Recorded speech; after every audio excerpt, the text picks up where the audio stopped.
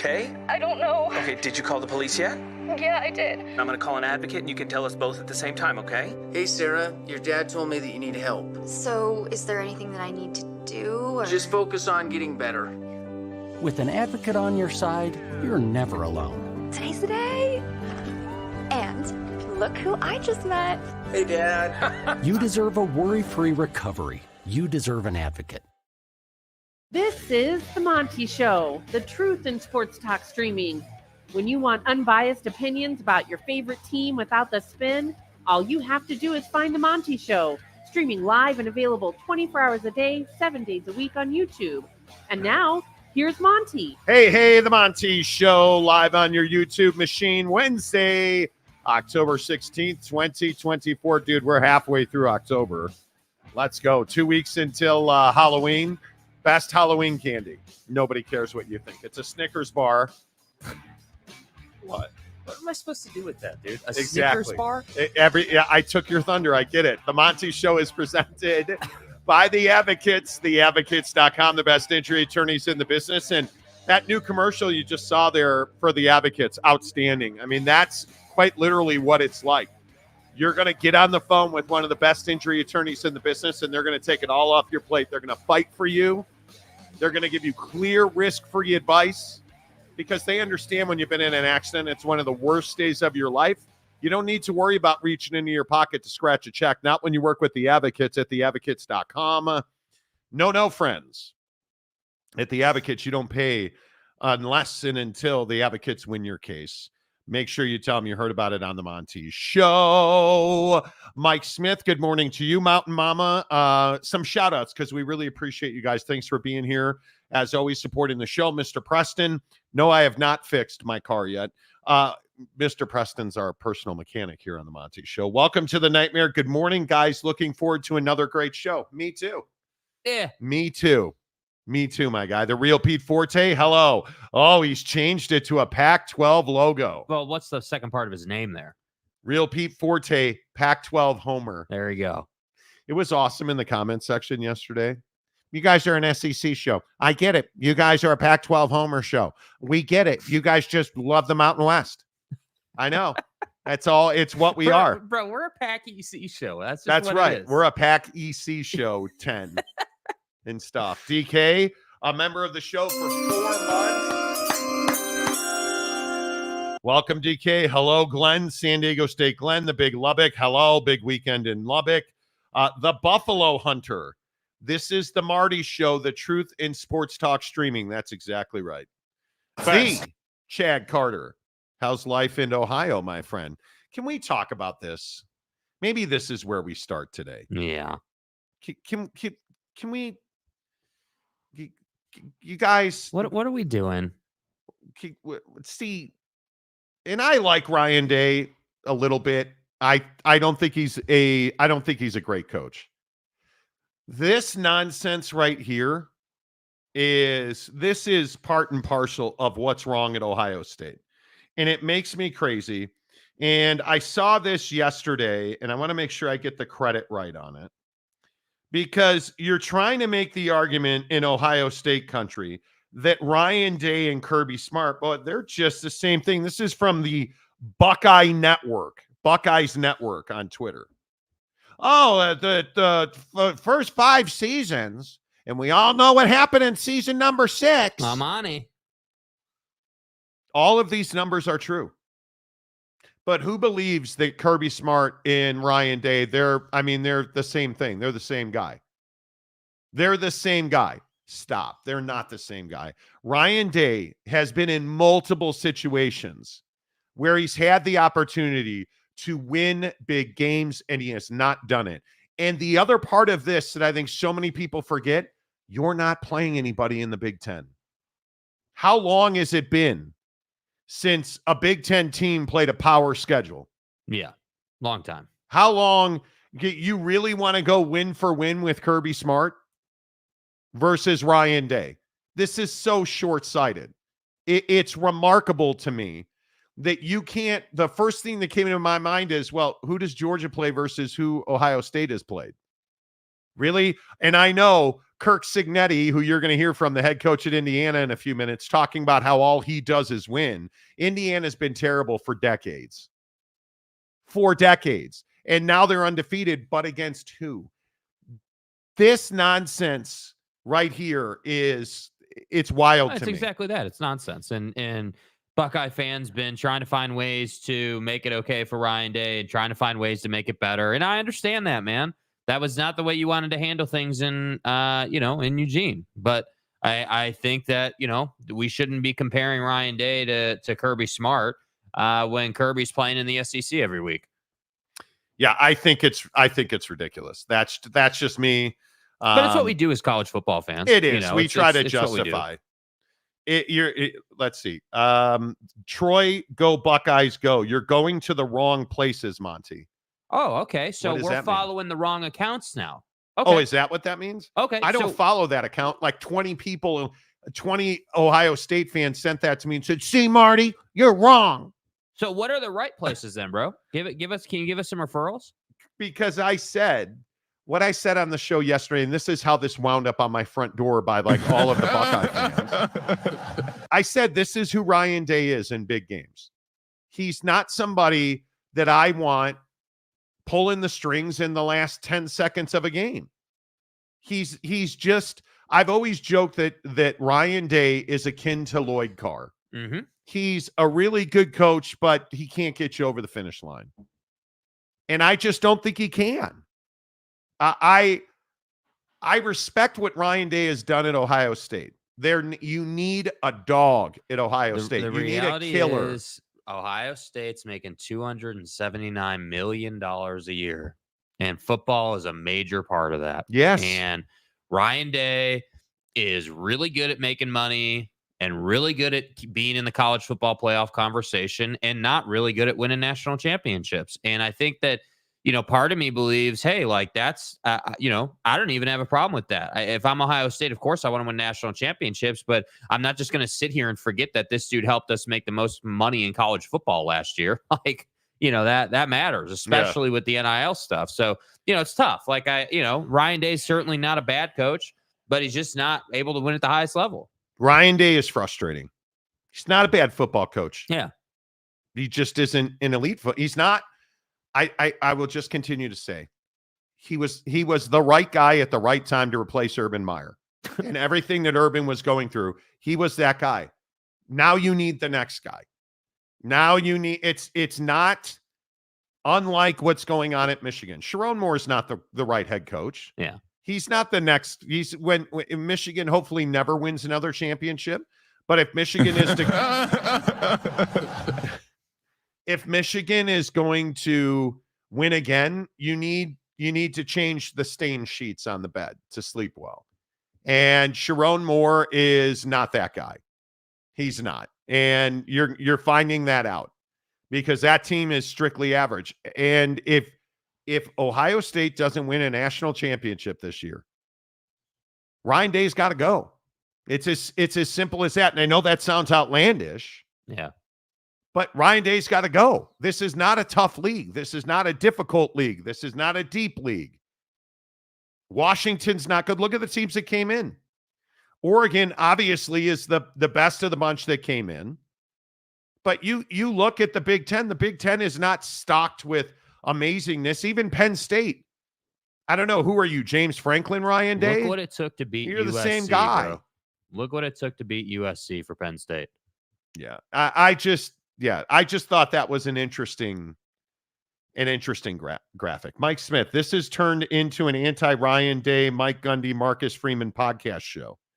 I'm pissed that Neil Brown has not become part of the rant. Well, listen, Neil, he's got to step into relevancy, so we'll see. I think Neil Brown has an incredibly difficult job. Yeah. And he's much like Marcus Freeman at Notre Dame. He wins just a little too much to fire him. And by the way, that's the truth. All of Big 12 flyover conference country was hating on us when we were telling you that Mike Gundy should be fired. And now we skip over Mike yesterday.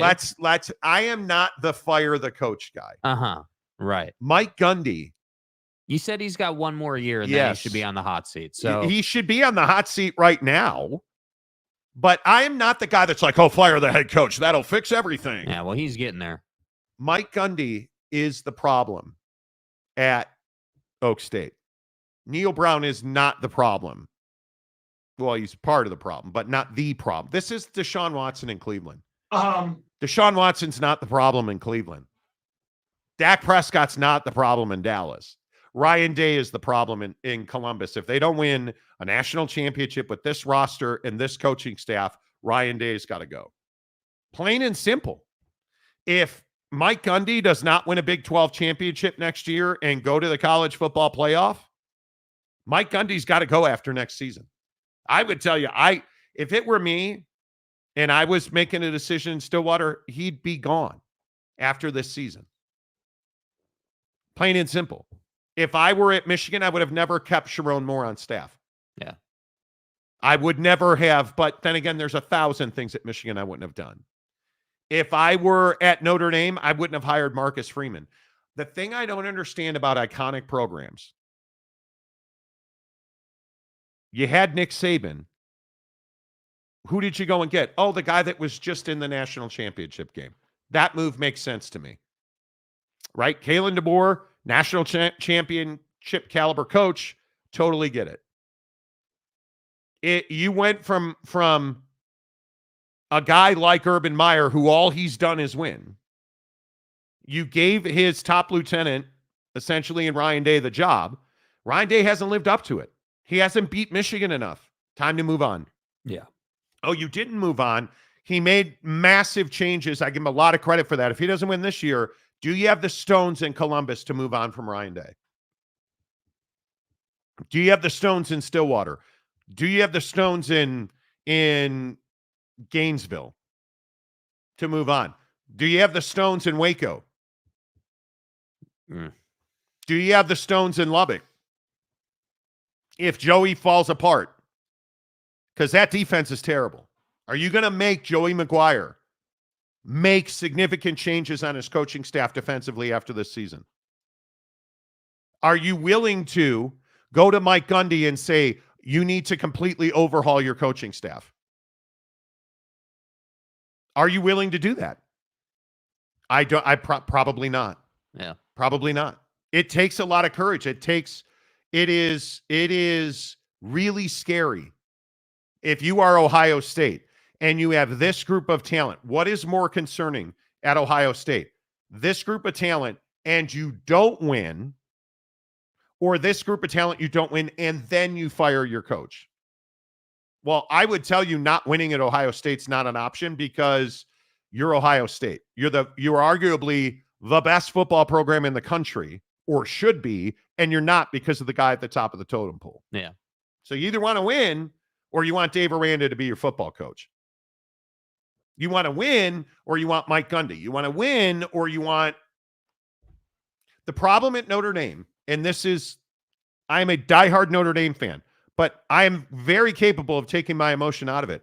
Marcus Freeman has a cupcake schedule, and he is not detail-oriented.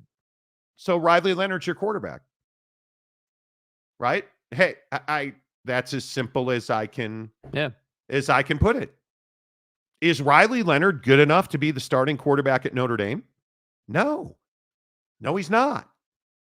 What look at Columbus. Look at Ryan Day. I give him a lot of credit. Will Howard was the best available quarterback. Did he go to Notre Dame? No. Where did he go?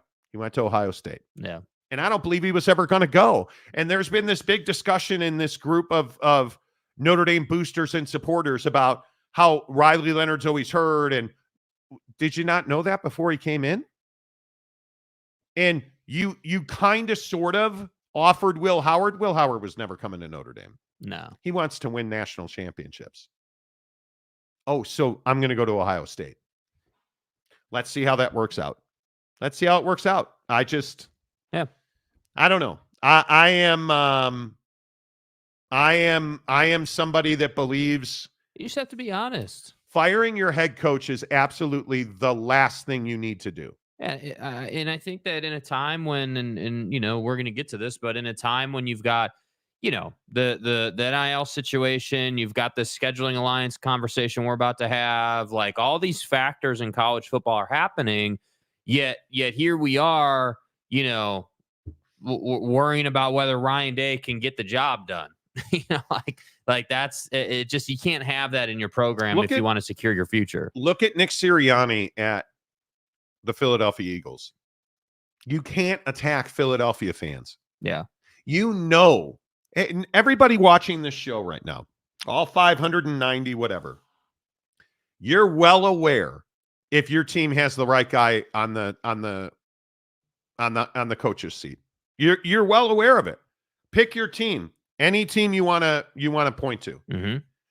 You know goddamn well if you have the right guy or not. Does Michigan have the right guy in Sharon Moore? No, they don't.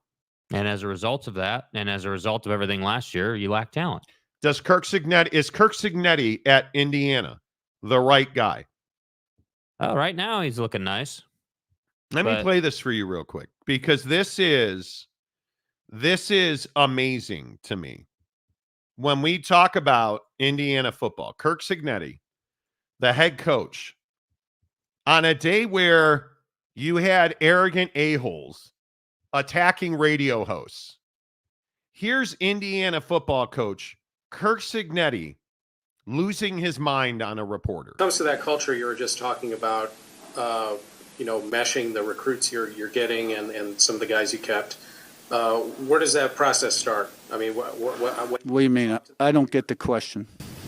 Well, when you recruit them, how do you sell your vision of your culture? I mean, what's the... Who are you talking about? The high school guys, the transfers, who? All of the above. I mean, how do you... Is there it's pretty simple. I win. Google me.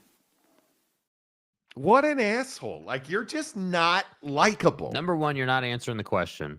Number two, you're in Indiana, Kurt. You just got to Indiana 5 minutes ago. But his resume, Indiana University of Pennsylvania, I believe Elon, JMU. Like, I get it. You've had some success. I mean, that's Georgia, Alabama, and Ole Miss and Michigan. And I mean, you've coached at the... Oh, that's right. Nobody knows where IUP is or Elon is. Does anybody know what city Indiana University I don't think your average college football fan knows who that dude is. I think if you said to just an average... Jake, Google him. Well, clearly, we all need to Google him for his, just unbelievable winning ways. My guy, you're at Indiana. Like, pipe down. Yeah. Like, let's get to 10, 11 wins after you've played the big boys and see what it is. You've played nobody, Kurt. Yeah. Who are you, Bob Knight? You haven't done anything. Yeah. This is the problem with coaches now.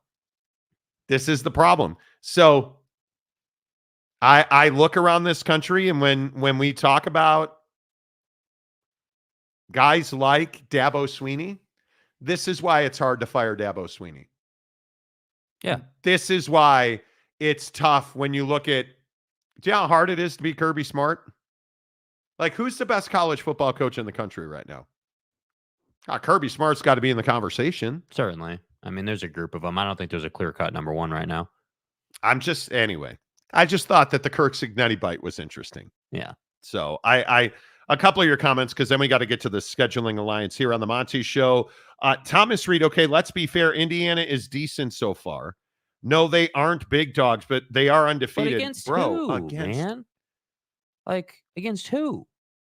Like, I get it. They can only play who is in front of them. But why are we getting I just win Google me bites when you're 6-0 against nobody? Eastern Illinois, Kansas, Central Michigan, Nebraska. Or wait, excuse me. Indiana's schedule, the number one team in the Big Ten, the Indiana Hoosiers. FIU, Western Illinois, at UCLA. That's their win. Charlotte, Maryland, Northwestern. Like, come on, man.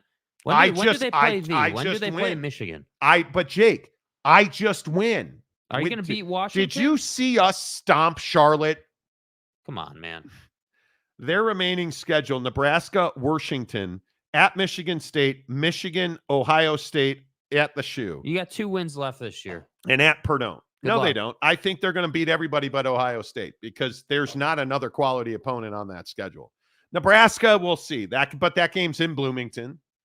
That's at Indiana. I'm not. Washington's at Indiana. And both of those, I would point out, the Washington game is 10 a.m. You know what you're asking Jed Fish and the Huskies to do, to go to Indiana and win? Do you know how difficult that is at that time of day when your kids are half asleep still? And yes, I think that matters. Yeah, I'm not giving them any more credit than they've earned. You haven't beaten anybody. And yeah, I agree. Okay. Travel matters. You're going to have to show me you can beat Washington. I think you're going to have to show me you can beat Nebraska. Yeah, like, come on. And Nebraska's 5-1, 2-1 in the conference. And obviously that loss to Illinois stands out like a sore thumb. But, yeah, I mean, they did beat Colorado. Is Colorado a better win? I know Indiana's undefeated, but is Colorado a better win than UCLA? I think it is. I don't know. Yeah. It is what it is. I think it's hysterical. Jeremiah Sullivan, hello. CSU Pueblo has lost only 1 or 2 games. How many people know that team or their coach? That dude needs to win bigger games to get Indiana. I mean, look, Marty. Yeah. Just Google me, Marty. Just Google me. Exactly right. Mike Smith. He is the top search on Netscape. Okay. Netscape. Just Google me, bro. All I do is win. Here's an AOL instant messenger disk. Remember when AOL used to be dial-up and they would give you a CD-ROM? Remember CD-ROMs? That's who Kirk Cignetti is.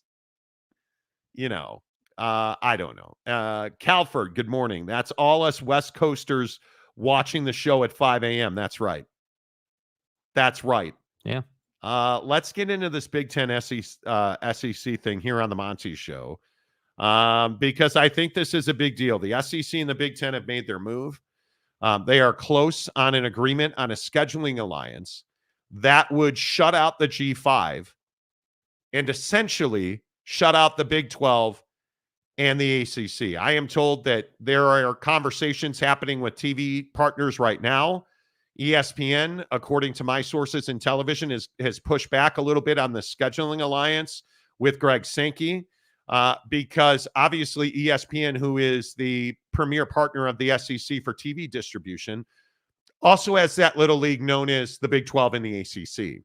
And I wholeheartedly understand why ESPN's a little concerned about stepping on top of their partners to help the SEC and the Big Ten eliminate competition. And I think this is where we find out who really runs things in college football. Is it the TV money or is it Greg Sankey? Because if Greg Sankey has his way, G5s will no longer be a thing on the Big Ten and the SEC schedule, and they will play each other a minimum of 10 times a year.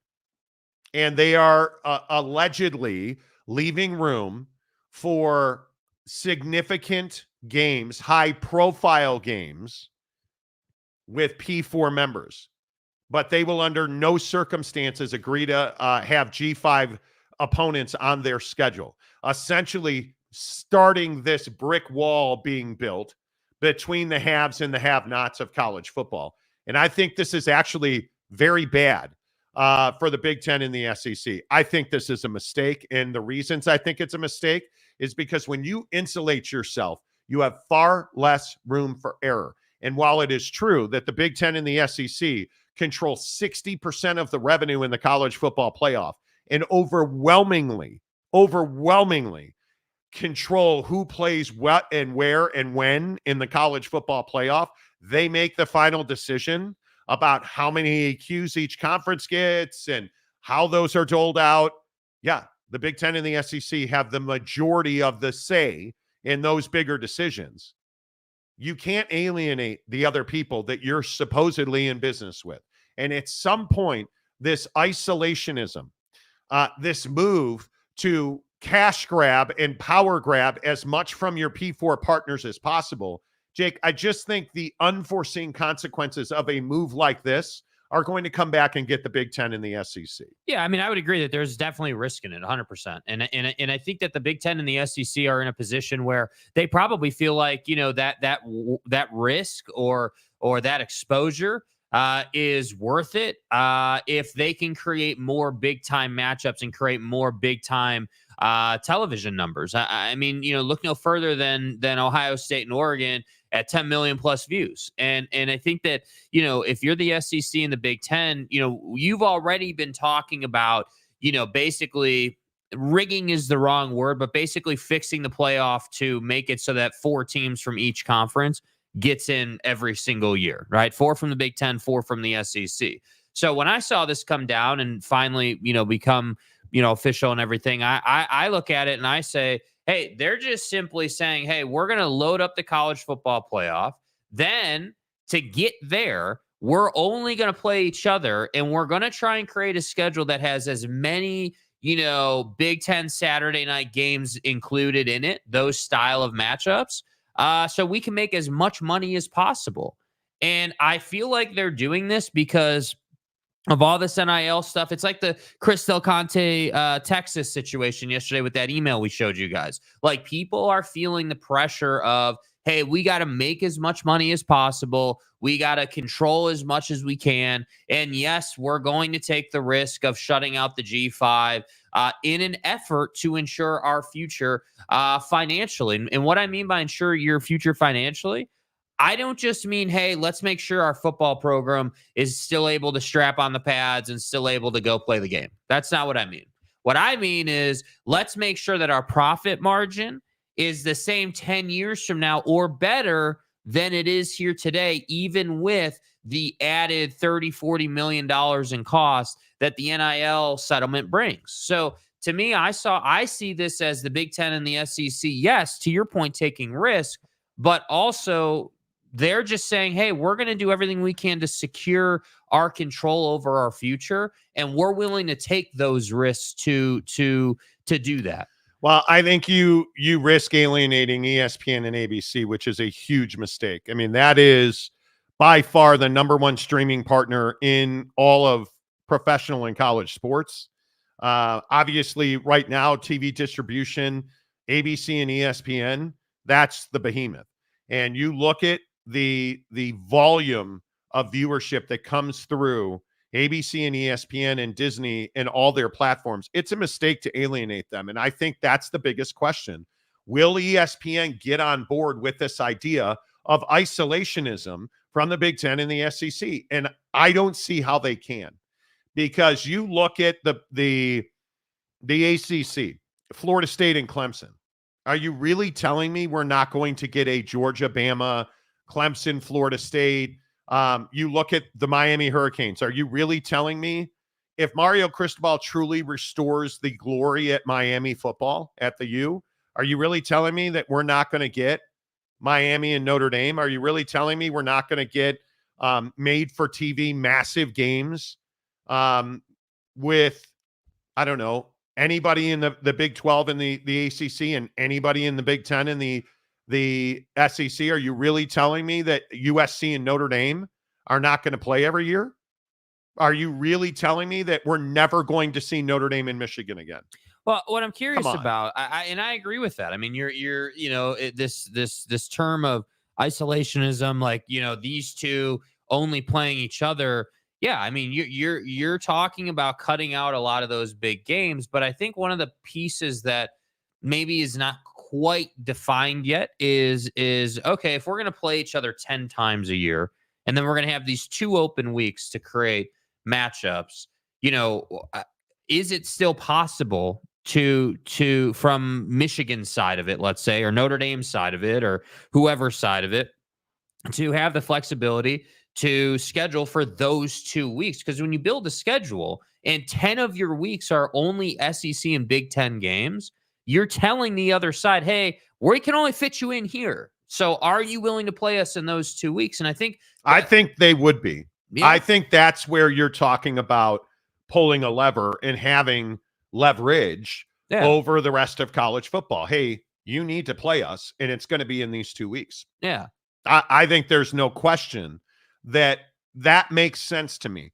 It eliminates the G5 from P4 schedules, which I think you absolutely, if you are the G5, you have to do that, in my opinion. You have to, in my opinion, stop playing the P4.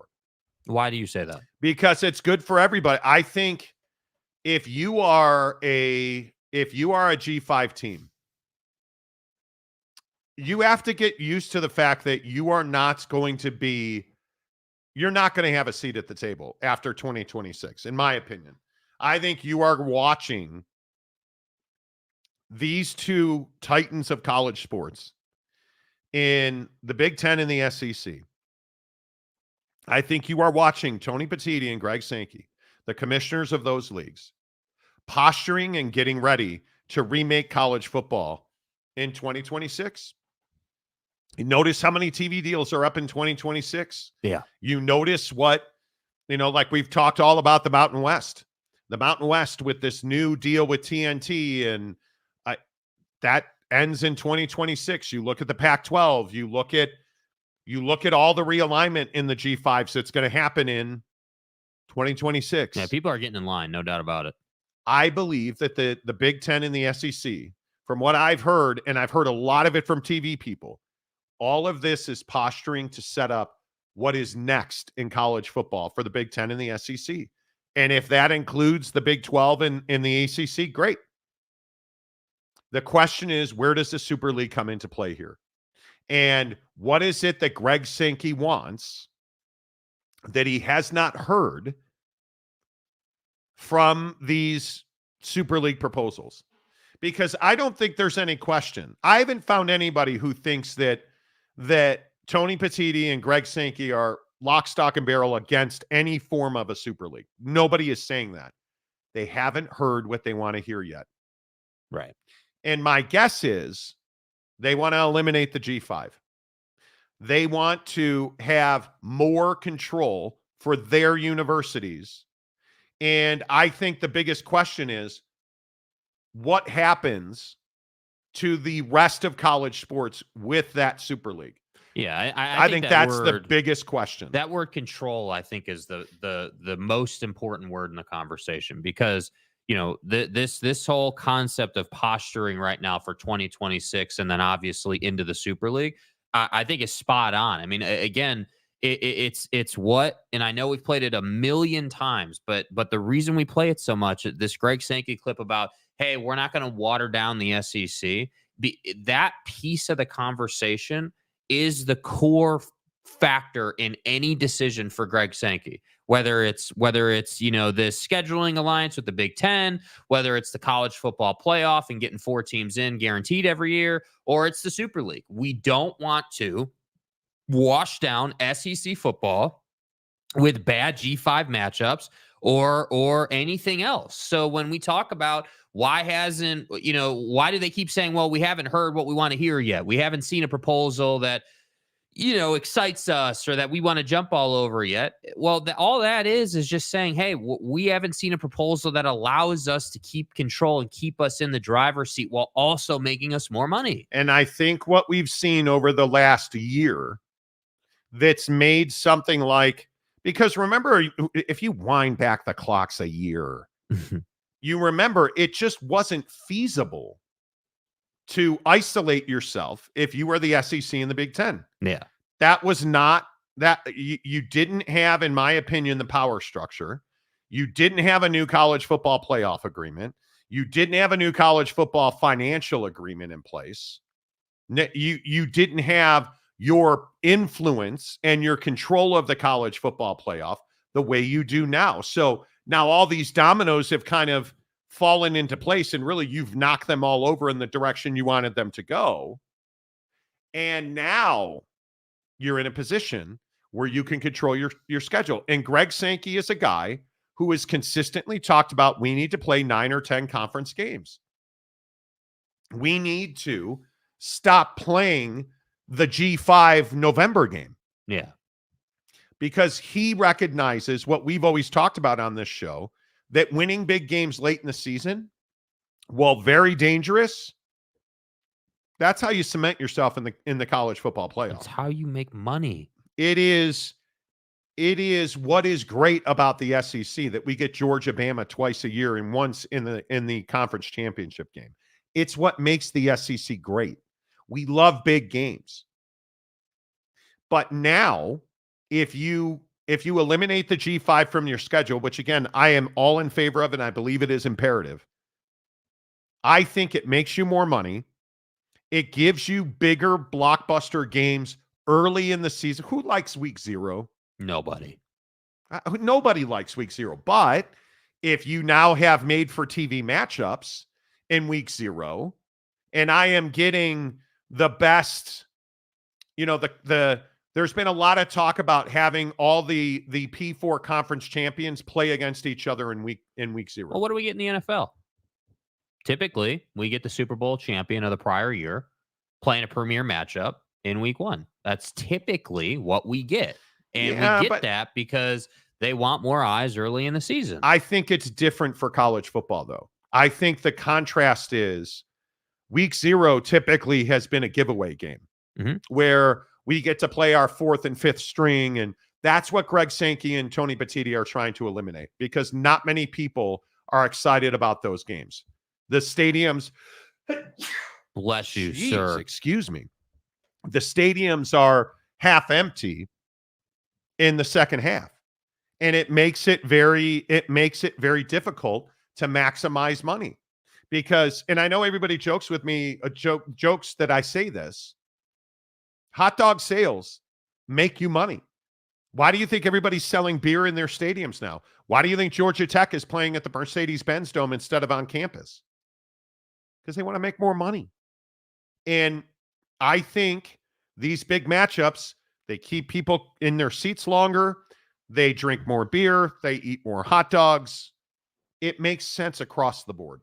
Yep. And the G5, you're going to hate it, and I totally understand. But again, I think that the G5 has a responsibility to make their own thing.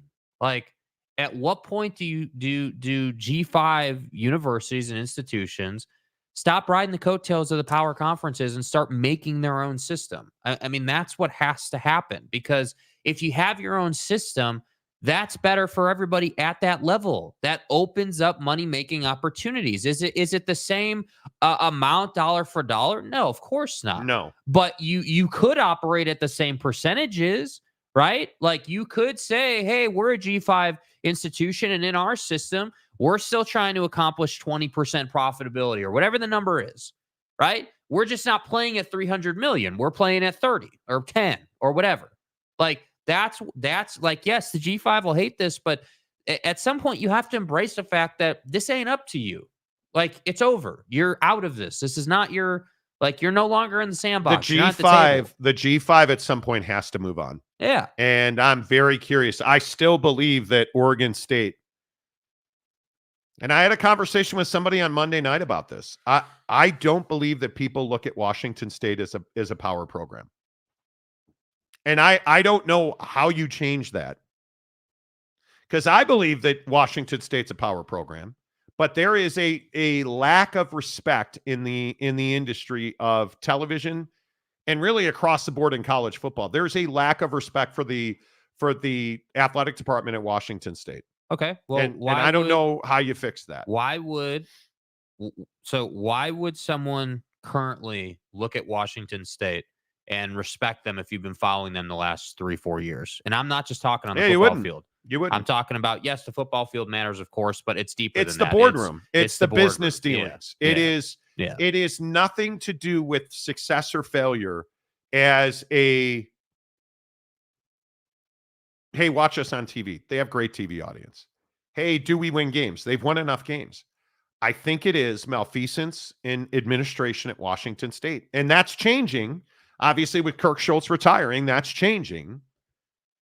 But I really still feel bad, terrible, awful for Oregon State fans.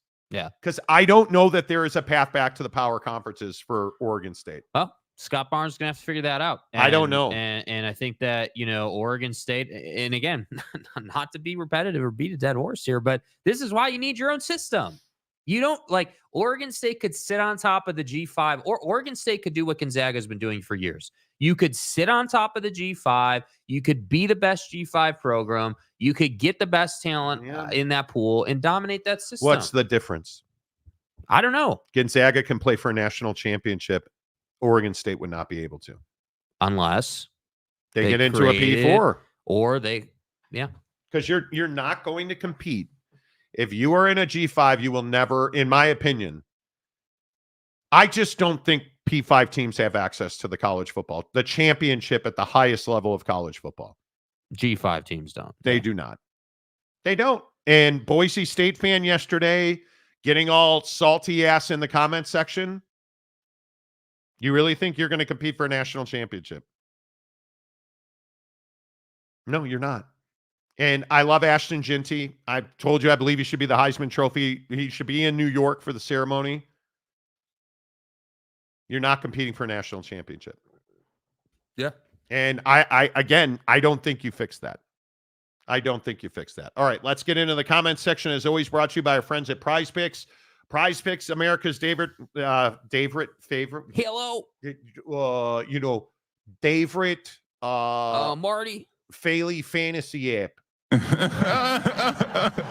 Just another dominant performance on Prize Picks last night. I don't know. I think it's probably happened at some point. I don't believe I've ever lost on Prize Picks. Right. And I went heavy on the New York Yankees last night. Yeah. And I would like to thank, and really my pocketbook would like to thank Aaron Judge for actually showing up. He had a demon last night of 2.5 total bases. Okay. And my guy went deep. We need to talk about, as Antonio Pierce said, business decisions being made by the Cleveland Guardians against the New York Yankees. I know that I didn't see you walk Juan Soto to get to Aaron Judge last night.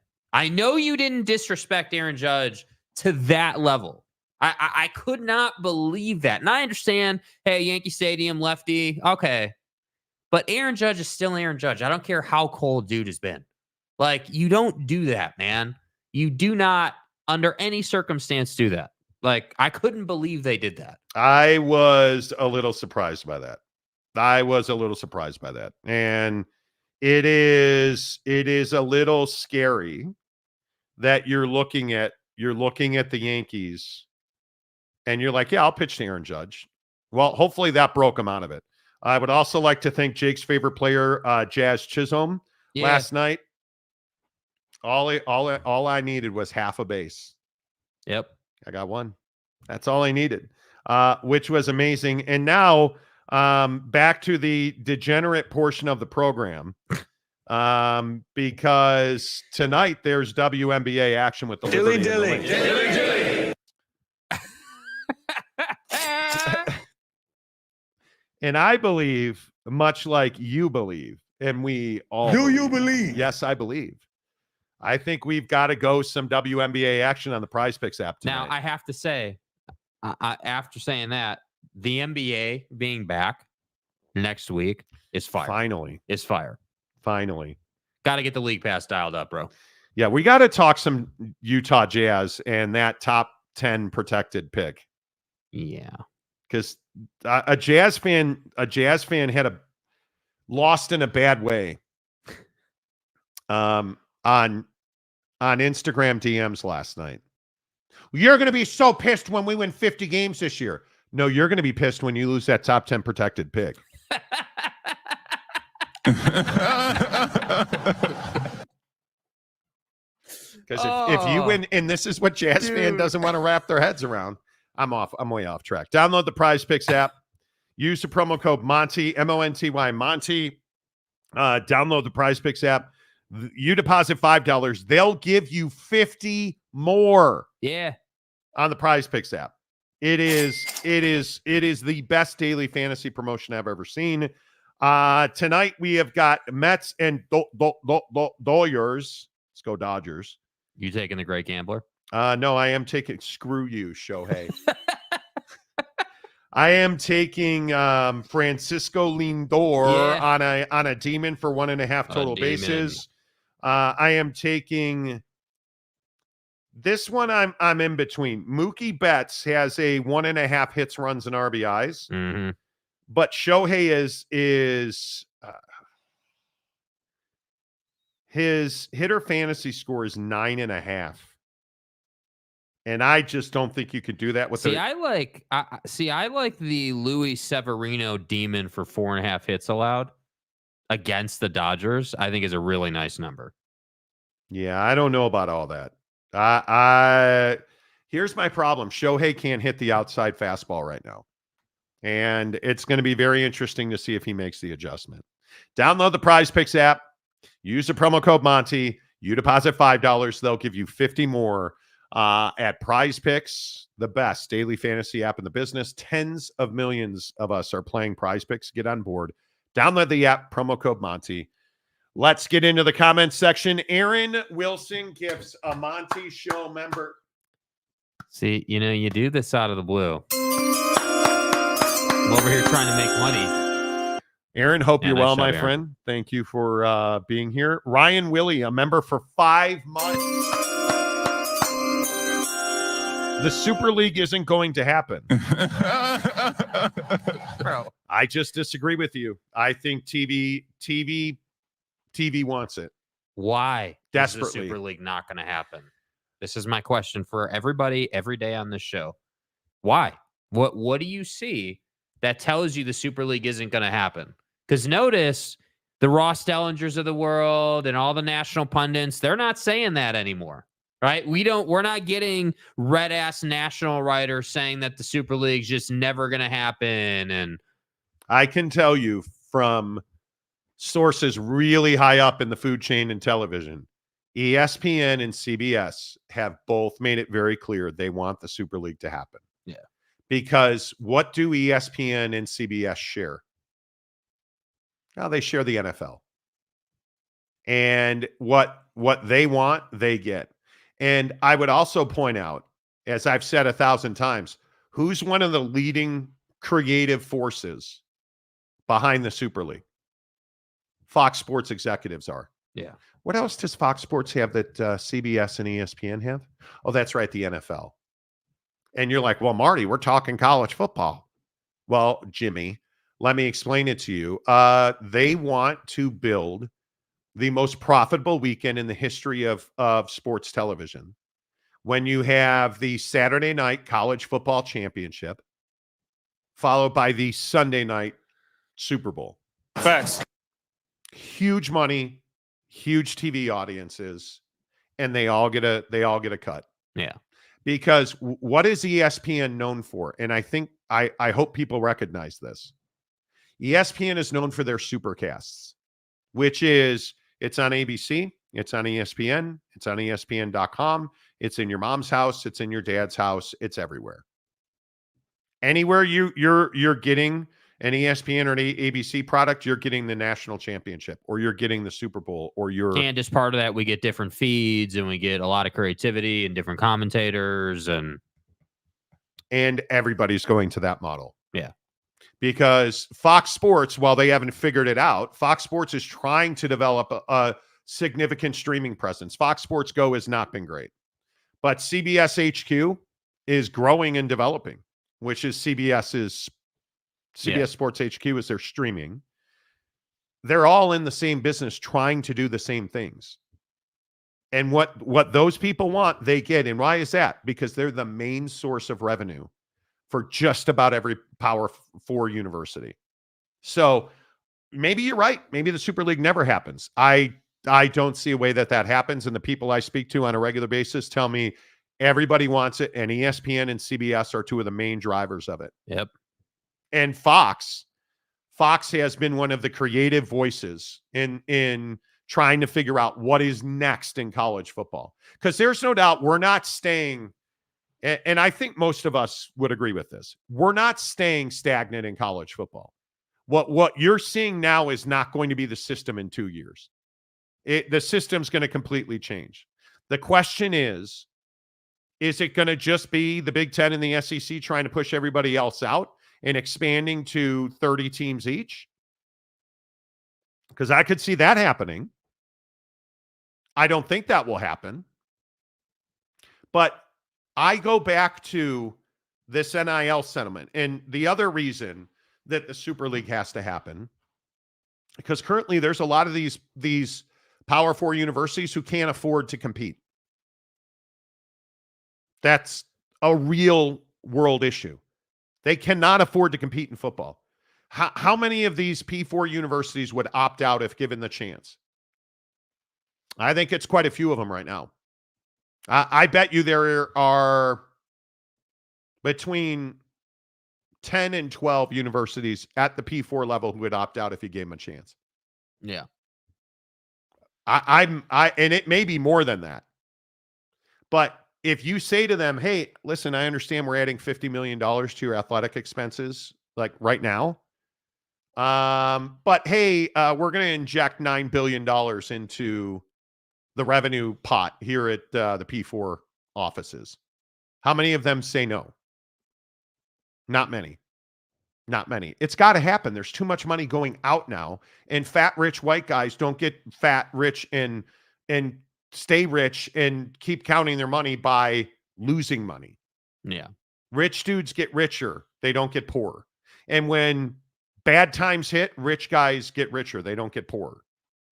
And this is bad times in college athletics. Don't mistake it. There's no doubt. Thomas Reed for $5. The P4SL just makes sense. Super League.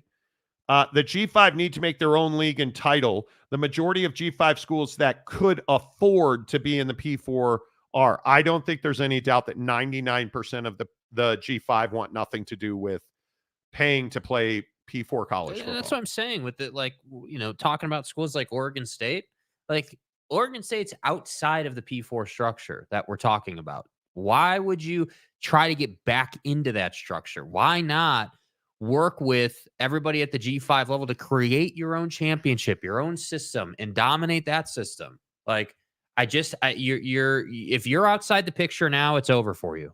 It's over. It's 100%. You're not getting back. I agree. And that's where I say, like, I'm like, yes, it's true that if you're a G5 right now, you really don't have access to the national championship unless you just have some special renaissance undefeated, and then it would take just a ridiculous season. But again, who's the leading voice at the G5 level? Because Scott Barnes is one of them. Scott Barnes is definitely one of them. But the question is, based on what's happened in the Pac-12 situation, do people still respect Scott Barnes the way they used to? Is he still a powerful voice? Like, these are all things that we don't currently know in those conversations that are happening. It's why now you can look and see why Stanford and Cal did what they did. Yeah, it makes sense now. And I'm still fascinated by what if USC had not left and they were like, yeah, let's add Texas to the Pac-12. Yeah, it's that one moment in time in all of college football that changed everything. Yeah, let's add Oak State to the Pac-12. What if that had happened? Yeah. What if those years ago they had not been like, nah, we don't need to expand. All right, I got to go. See ya. And then they went to the Big Ten. Yeah. Oh my God. Kevin Warren's on the phone, bro. Can you believe how different that would have been and how different college sports would be if you hadn't had that happen? And I don't know if you can even begin to understand how different sports would be. I don't know. Look at that. Calford gifts 10 Monty Show memberships. Appreciate you, bro. Who picked up the memberships? Drew, Logan Piquet. I hope I didn't get that wrong. Good Logan. effort. Good effort. Joshua Mose, Chris Roberts. Joshua Mose always gets free memberships. Alexander Smitley, Ahmad El Mabashir. Said it. Hope I got that right. Mick Stevens, all hat, no cattle. Boy, love the cowboy hat. Mays 211. All of you. Ferris Khan got a free membership. How disappointing. Chewy Gonzalez, welcome to the membership. Glad you're all here. I'm amazed by it. I am amazed by it. Let's see. Troy, go Buckeyes, go. I'm hoping for a Mets-Yankees World Series. I think you might get that. You might well get that. If Shohei's not going to hit, the Dodgers aren't going to win. Yeah. And the Mets are pounding the zone away from him, and he has not adjusted. Gotta go Oppo, man. That fastball that he's seeing away, and then, I don't remember who the Mets were. Was it Mania? Probably. I can't remember. But that fastball away and the cutter away dominated him. And Mike Smith, gambling and WNBA, damn it, you're making it hard. I know. I know. This is a family show. Like, can we just chill? Mr. Downtown, look out for a "Where's your bookie" chant at tonight's Mets-Dodgers game. Mets fans feel he spurned them. Very well could have. Danny Hernandez, fight on. Do you think they will turn into soccer where the P5 champs and the Group 5 champs? No, I don't.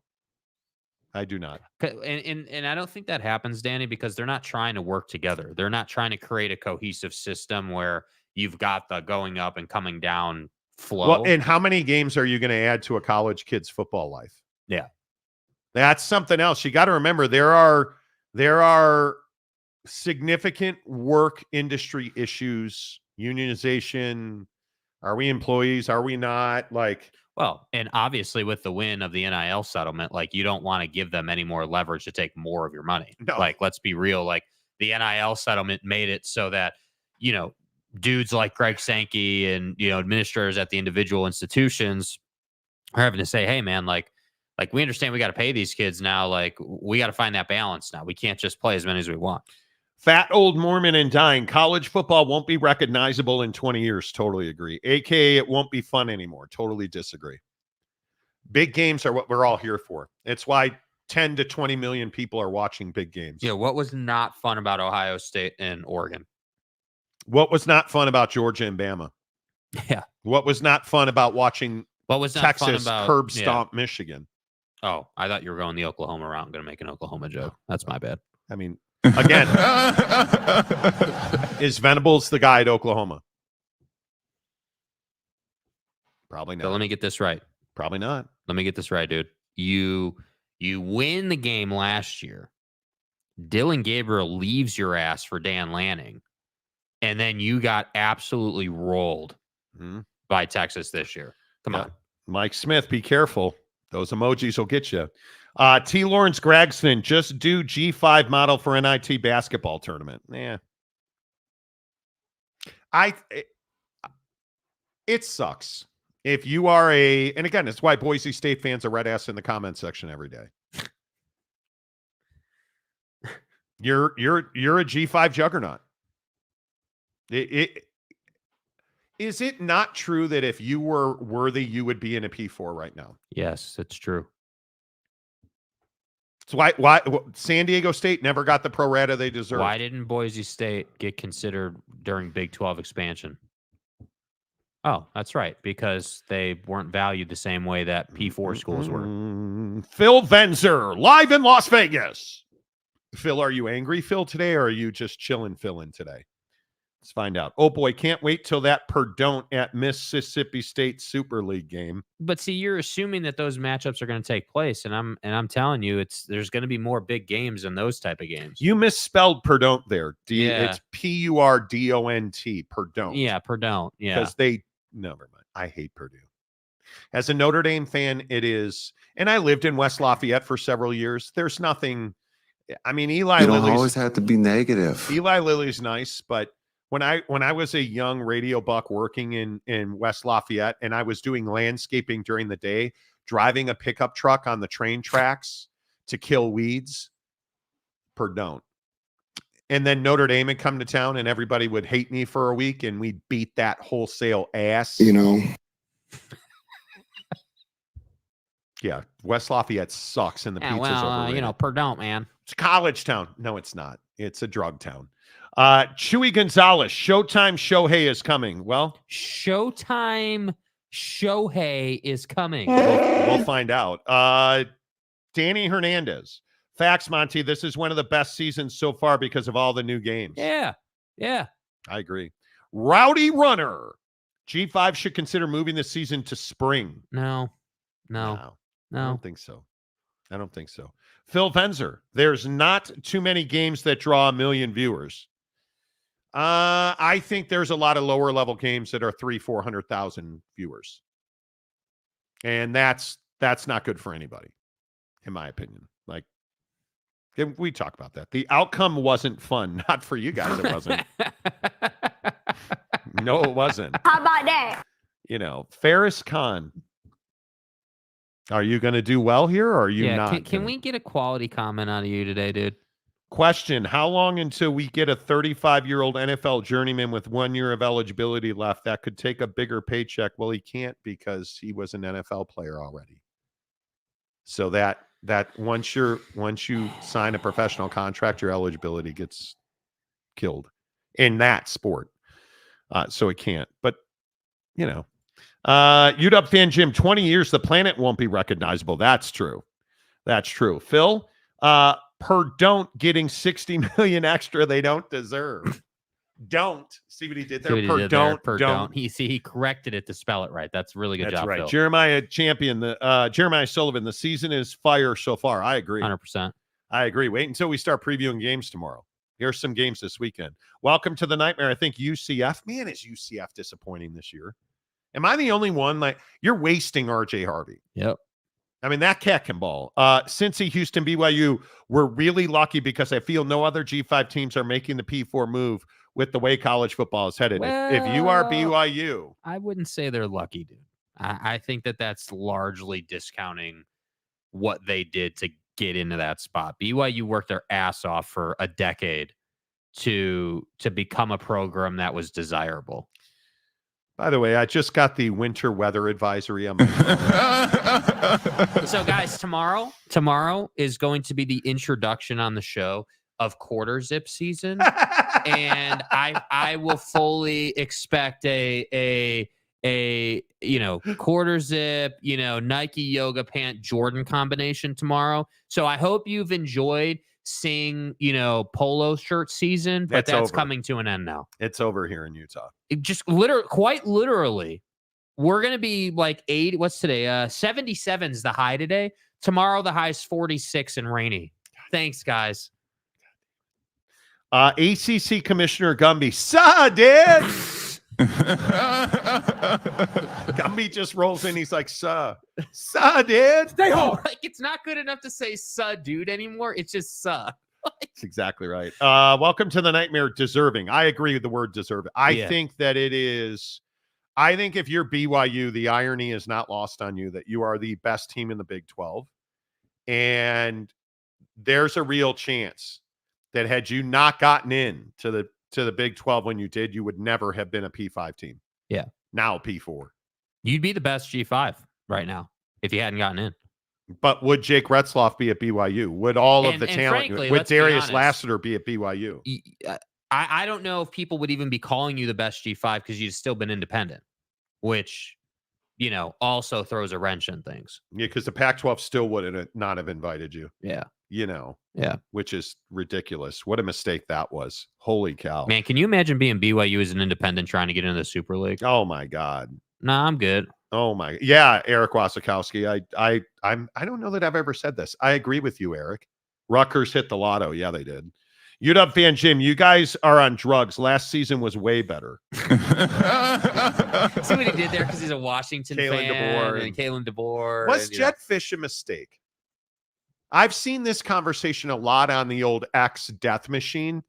Formerly known as Twitter. No, Jetfish is not a mistake for Washington. But I think you got to flip the coin. Was that move a mistake for Jetfish? I think it was.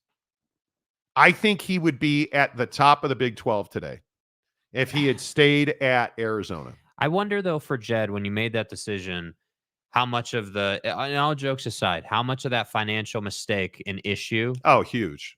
Played a role because you're the head football coach. You're looking at this and you're saying, okay, huge. Hey, if we don't have funding, or if our funding's not going to be 100% for the next couple of years to recover this mistake, I'm not going to be doing anything, and that's going to hurt my career arc. Because the reality is, Jedd Fisch at Arizona was on the way up. Jedd Fisch stock was going up, and he's a great coach. He is, and I do think that year one at Washington hasn't been a total disaster or anything. It just hasn't been fire. It hasn't been like, oh man, like we're cooking, you know. And I think that you got to give Jedd Fisch like 3-4 seasons to build his recruiting and like build that roster up. So I hope that by the time college football changes again, Washington is good again. Not to say they're like horrible. They're just not contending. I think Jed will make that thing awesome. I have a little empathy for Arizona fan because you feel a little lost right now, in my opinion. Basketball and football. You feel a little lost right now. It's cold in Ohio. I know, right? Ferris, when I Google Indiana coach, I get Mike Woodson. Cignetti has not hit the algorithm. Yeah. Kurt, what are you doing? Yeah, what are you doing, dude? Yeah. Mr. Downtown. Were you hitting sweater weather in Utah already? Yeah, it's sweater weather. Oh, it's halfway through October now, bro. We're full going downhill into winter now. That was fast. It's not, though. We're late. It has been so warm in Utah. Like, it's bizarre. It's bizarre. And we had our first 90-degree day ever in October, ever in recorded history. This year, we had a 90-degree day in October for the first time ever in Utah. And it's been warm. Projections came out yesterday that it's going to be a La Nina winter for the West Coast, meaning colder and wetter. So, I don't know. I feel like this whole, hey, really, really warm, and then flip the switch to right downhill into cold is what we're getting now. Like fall didn't happen this year. Yeah. The stadium guy, James. The Cow tries to move Mike Gundy out, but failed. Do we not get any love that, like, we have the video? Like, we could play the clip, but we just didn't play it yesterday because we didn't want to hate on Mike. Like, is Mike not the only coach who, doesn't show up for his media availability because he ran into his cattle? Like, what are you doing? There's a reason we're on Zoom today, I guess. Well, I had a little run-in with my cattle over the weekend, and I guess they've been watching us play and got headbutted. So I've got a bad eye that I didn't think would be particularly enjoyable for people when they were looking at my pretty face in a live interview.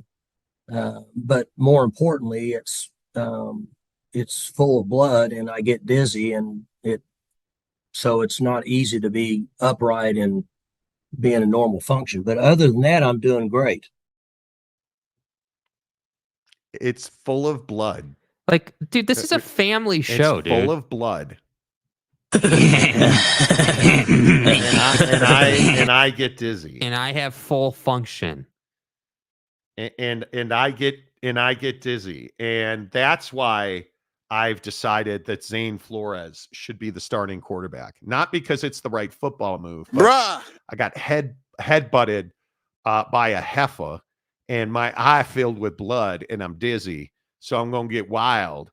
And Zane Flores, how awesome would that be? Coach, just like when you decided to start Zane, was it because you were concussed and you had a brain injury, or did that have something to do with the Pepsi cooler? Or and then he can go full Jera and be like, "I'll fire you," which would be, it's Mike Gundy.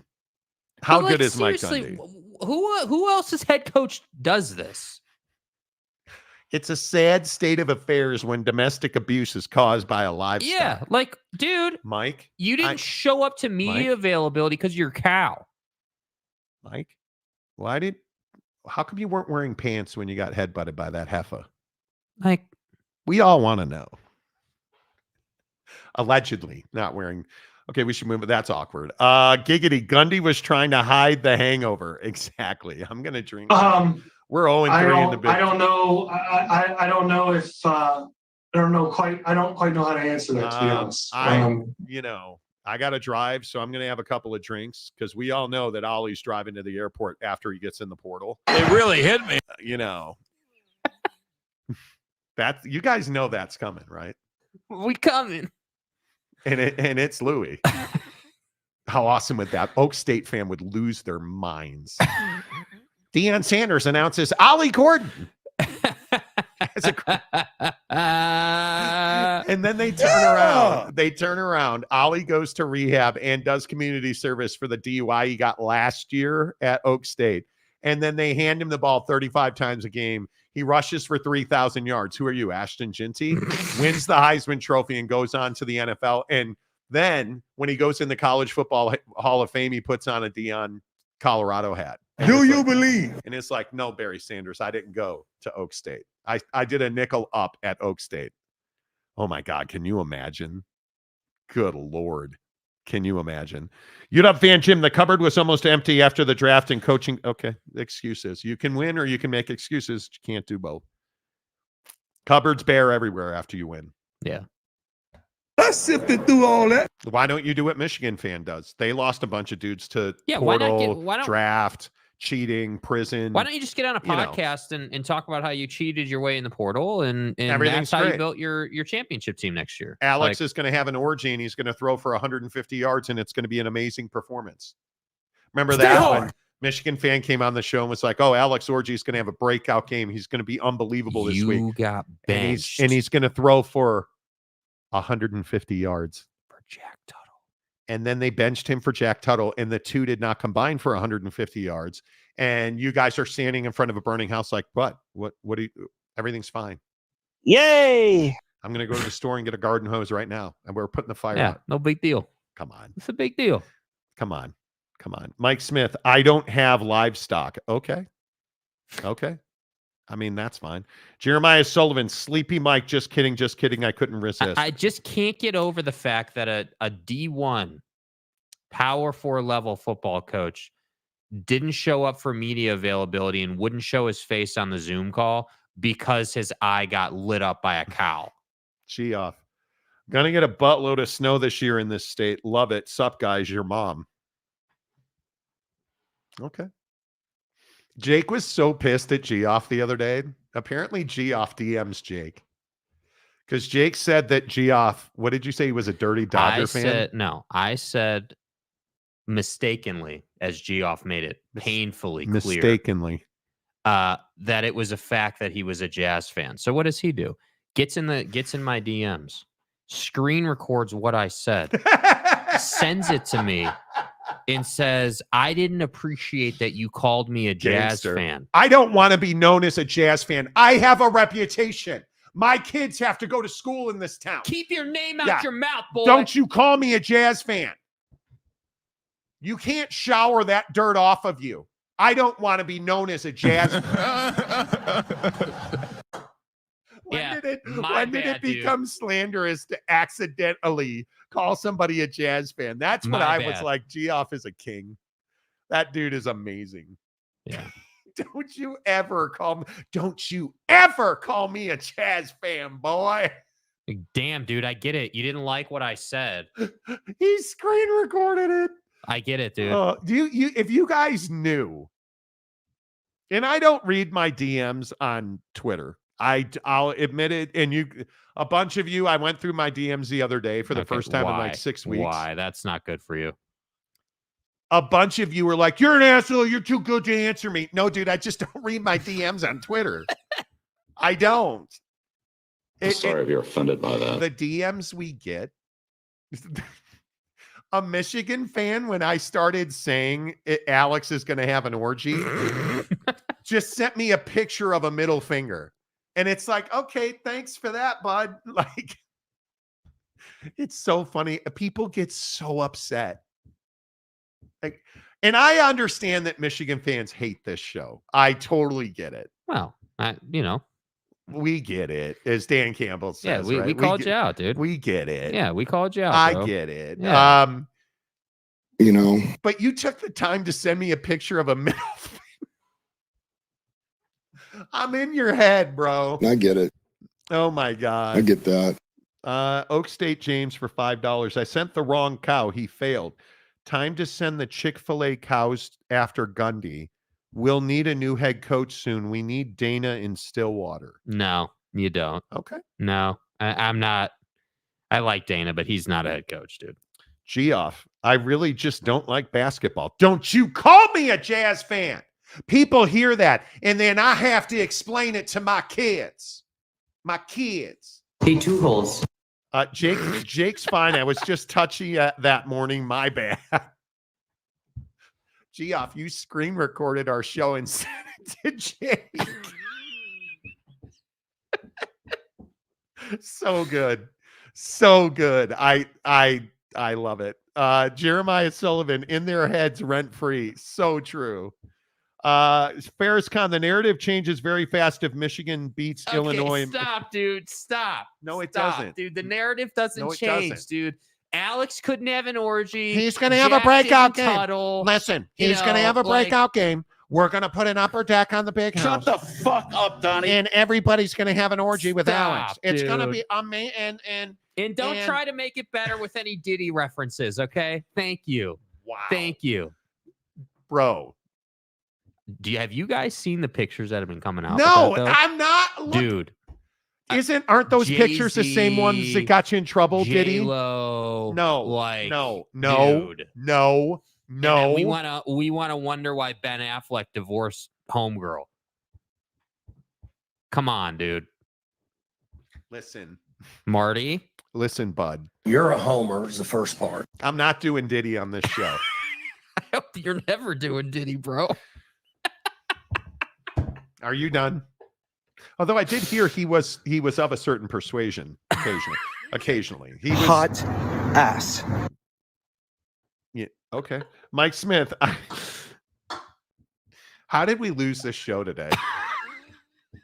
Here I am. I am enjoying the red ass portion of the show. Okay. It's fine.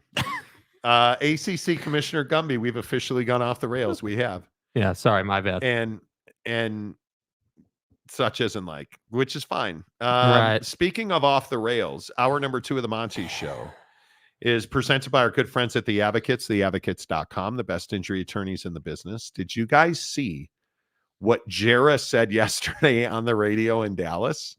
We'll tell you about that in 15 seconds. Hi, Sarah. Your dad told me about your accident. Can you tell me how it happened? Still kind of going through it, but I was stopped at a light, and then this car I heard it come up behind me, and bam, and it's kind of like in slow motion. That's exactly what you get with The Advocates at theadvocates.com. Compassion, empathy. They've seen your exact situation because The Advocates are the best injury attorneys in the business. I have known the people at The Advocates for over a decade. I have sent my friends. I have sent business associates. I trust The Advocates implicitly. When you get in an accident, they understand. It's one of the worst days of your life. That's why you get clear, risk-free advice. Chat with an injury attorney live online, 24/7, 365 at theadvocates.com. Speaking of off the rails and incoherent, Jerry Jones, not running for president, by the way. Jerry Jones went on the radio in Dallas for his weekly appearance and lost his mind. Y'all really think you're going to sit here with a microphone and tell me all of the things that I've done wrong and without going over the right? So Jerry Jones does not own that radio station, but that is the Fan in Dallas. That is his broadcast partner. Jerry Jones not only puts his games on that station, he does a weekly radio appearance on that station. And he said, I'll get somebody else to ask these questions, which is wild to me. First of all, the guy was doing his job. Second of all, having worked for teams directly, you have to learn the art of asking the tough question and making it sound like a softball. Because if Jerry Jones is on your station and you're the flagship station, you're not asking Jerry Jones tough questions. It just does not work that way. And this is what's wrong with Jerry Jones being involved directly with the Dallas Cowboys. Right. You can't. I know what happened in the offseason. Jerry Jones survived the offseason. That's why until he is no longer running the Dallas Cowboys, the Cowboys are going to falter. But and I don't disagree with the art of asking the hard question, but making it feel softer. I agree with that completely. But Jerry, you've brought this on yourself, dude. Like, let's stop calling into question the professionalism of your broadcasting partners and of that radio host who was, to your point, just doing his job. Why don't we ask questions about what's not happening on your team? Because you're only upset you're getting these questions because you're losing, and you're losing with regularity this year. So again, as I've been saying all week, hey, you didn't get Derrick Henry. You didn't get Devontae Adams. You signed CeeDee Lamb to a massive extension that's going to cripple your cap. You've worked with Dak on contracts over the years, but taken too long to do it. And now we're going to sit here and say that the radio guys are the ones that are the problem and that you're going to get someone else to ask the questions. I got news for you, Jerry. Another person is going to ask you the same question. It may feel a little nicer, but it has to be asked. Why did you not go and get Devontae? Why did you not go and get King Henry? Why did you not help your ball club in the offseason? Why did you want to compare yourself to Patrick Mahomes in the offseason, taking as long as you could take to make a decision and at the last second throwing the ball away, looking like Patrick Mahomes? Why are we making those comparisons to, like, you're just that guy who won't say, yeah, you know what? We should have gone and got Derrick Henry. We probably should have taken a bigger run at Devontae, but I just didn't feel like, cap-wise, it was going to work for us. And well, I also think, to your best point, you waited too long to pay Dak and CeeDee Lamb. So it cost you exponentially more money. And it is really difficult if you are Jerry Jones to find a way out of this now, because you are so leveraged next season. You're going to have to make some really difficult decisions. And is one of those difficult decisions not paying Micah Parsons? I think you're going to have a tough time keeping him.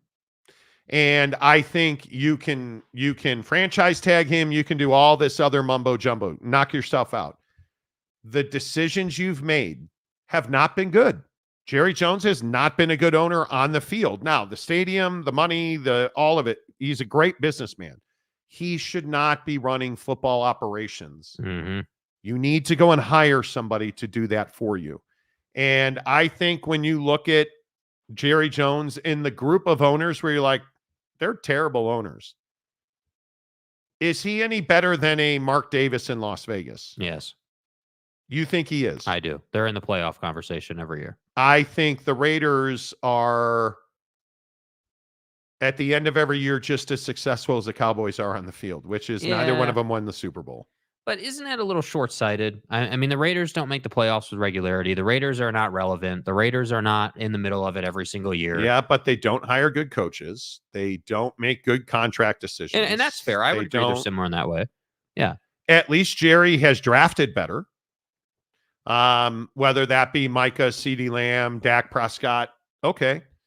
He doesn't understand how to build a football team because he doesn't have football guys. He's got his son. And I think that's the biggest issue with the Dallas Cowboys. And until that changes, nothing will change in Dallas. Yeah. They have more money. They can afford to pay taxes. They can afford to. But what does all of that mean if you don't win on the field? Because you pay. Back in the day, we talked about this on the show all those years ago. You overpaid Ezekiel Elliott. Yeah.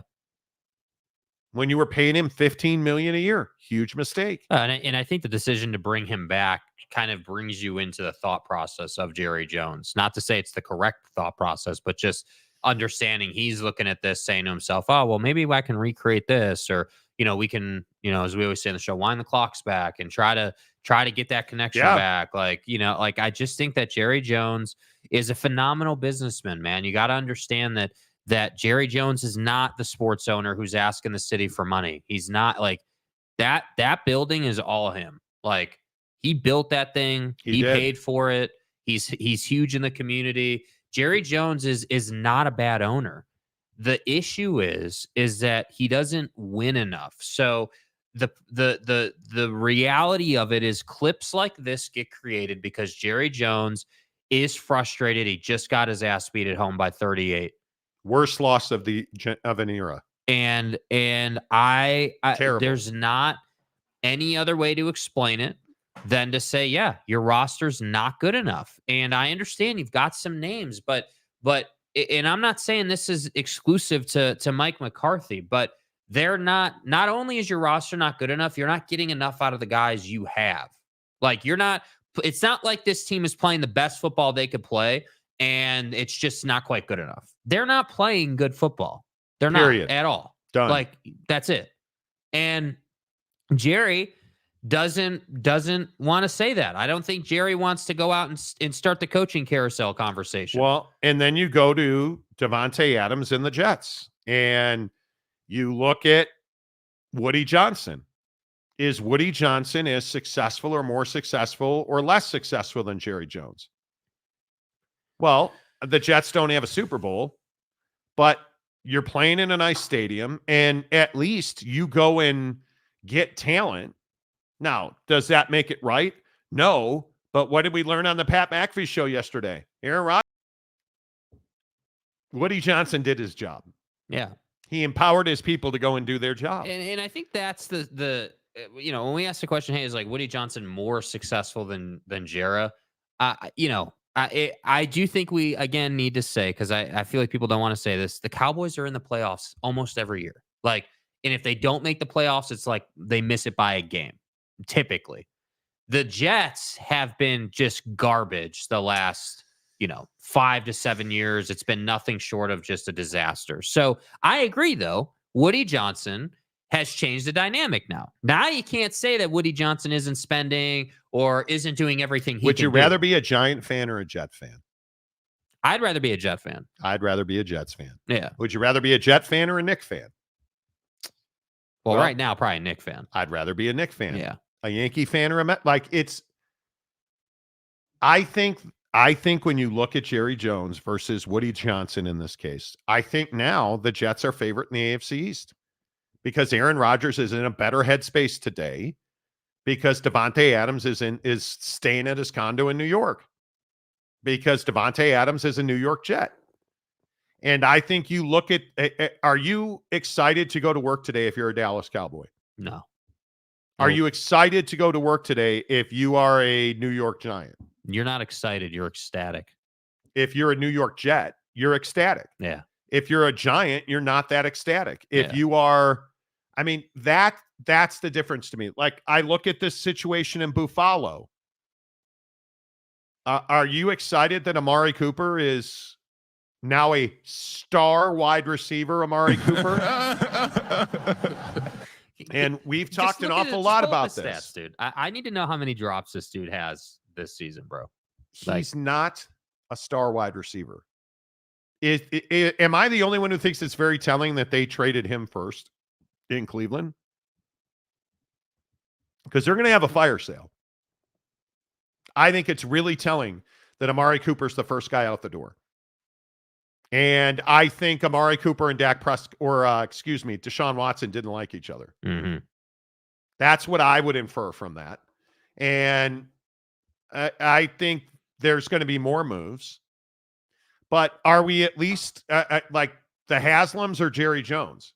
Well, I'd rather have Jerry Jones because I probably would never have, I would have never done the Deshaun Watson deal. But now that you have them there, they're operating. And I think they're trying to get in a better place. And I think they understand that you have a good GM and you have a good head coach, and they're going to try and remake that roster. Yeah. And they already renegotiated Deshaun's contract to a certain extent. I mean, Amari is, dude, and I understand it's Cleveland. It's not all on Amari. Totally get that. 24 receptions on 53 targets. That's not all on Deshaun, dude. Well, the interception that hit Amari in the chest, like, come on. That's part of the problem. I mean, 2023, Amari, was 15 games played, 72 receptions, Amari, 128 targets, 1,250 yards, 17.4 yards per reception. So that's a good season. Yeah. 1,000-yard receiver. He can still play. He's not a star. Yeah. He doesn't replace Diggs in Buffalo. Agreed. He, in my opinion, he doesn't make Buffalo exponentially better the way, in my opinion, Davante Adams makes the Jets offense much, much better. Because that interception and Aaron Rodgers yesterday, and I think this is probably the conversation we need to be having, is Aaron Rodgers the Jerry Jones of the New York Jets? Aaron Rodgers coming out and absolutely torching Mike Williams yesterday is ridiculous. And talking about how the call was for Mike Williams to run a red line route. Do you guys know what that is? Basically to stay between the numbers and the sideline. That's basically what it is. Run a straight line, and on practice fields, and you'll notice there's a red line between the yard marker where it says 50-yard line and the sideline. That's called a red line route. Just run a go route. Call it what you want. Run a go route right down the boundary. Aaron Rodgers says he threw Mike Williams a red line ball, and Mike Williams drifted inside the numbers towards the middle of the field. So Aaron threw it outside, and Mike Williams was drifting inside. And so the ball was behind him. The throw wasn't exactly on the red line route. Mike Williams isn't the guy for the Jets. Aaron doesn't trust him. And I understand why Aaron doesn't trust him. But Aaron's just not professional. Like the guy comes out and rips a receiver after, the receiver's gone.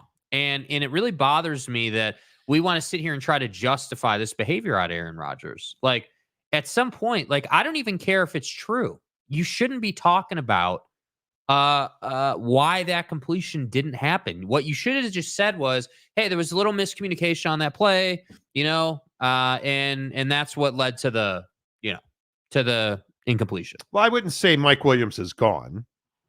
I mean, he might as well be dead now. Yeah, they're going to move him. They're going to move him. We'll see. We'll see. But my point is, it's just not the right thing to do. And I think, obviously, if that was Davante Adams, that's probably not an interception. It's an incomplete pass. Or maybe Aaron makes a better throw and Davante's in the right spot. You have a better chance of completing that pass. Mm-hmm. But ripping Mike Williams to the media, a guy that's on a 1-year deal, come on.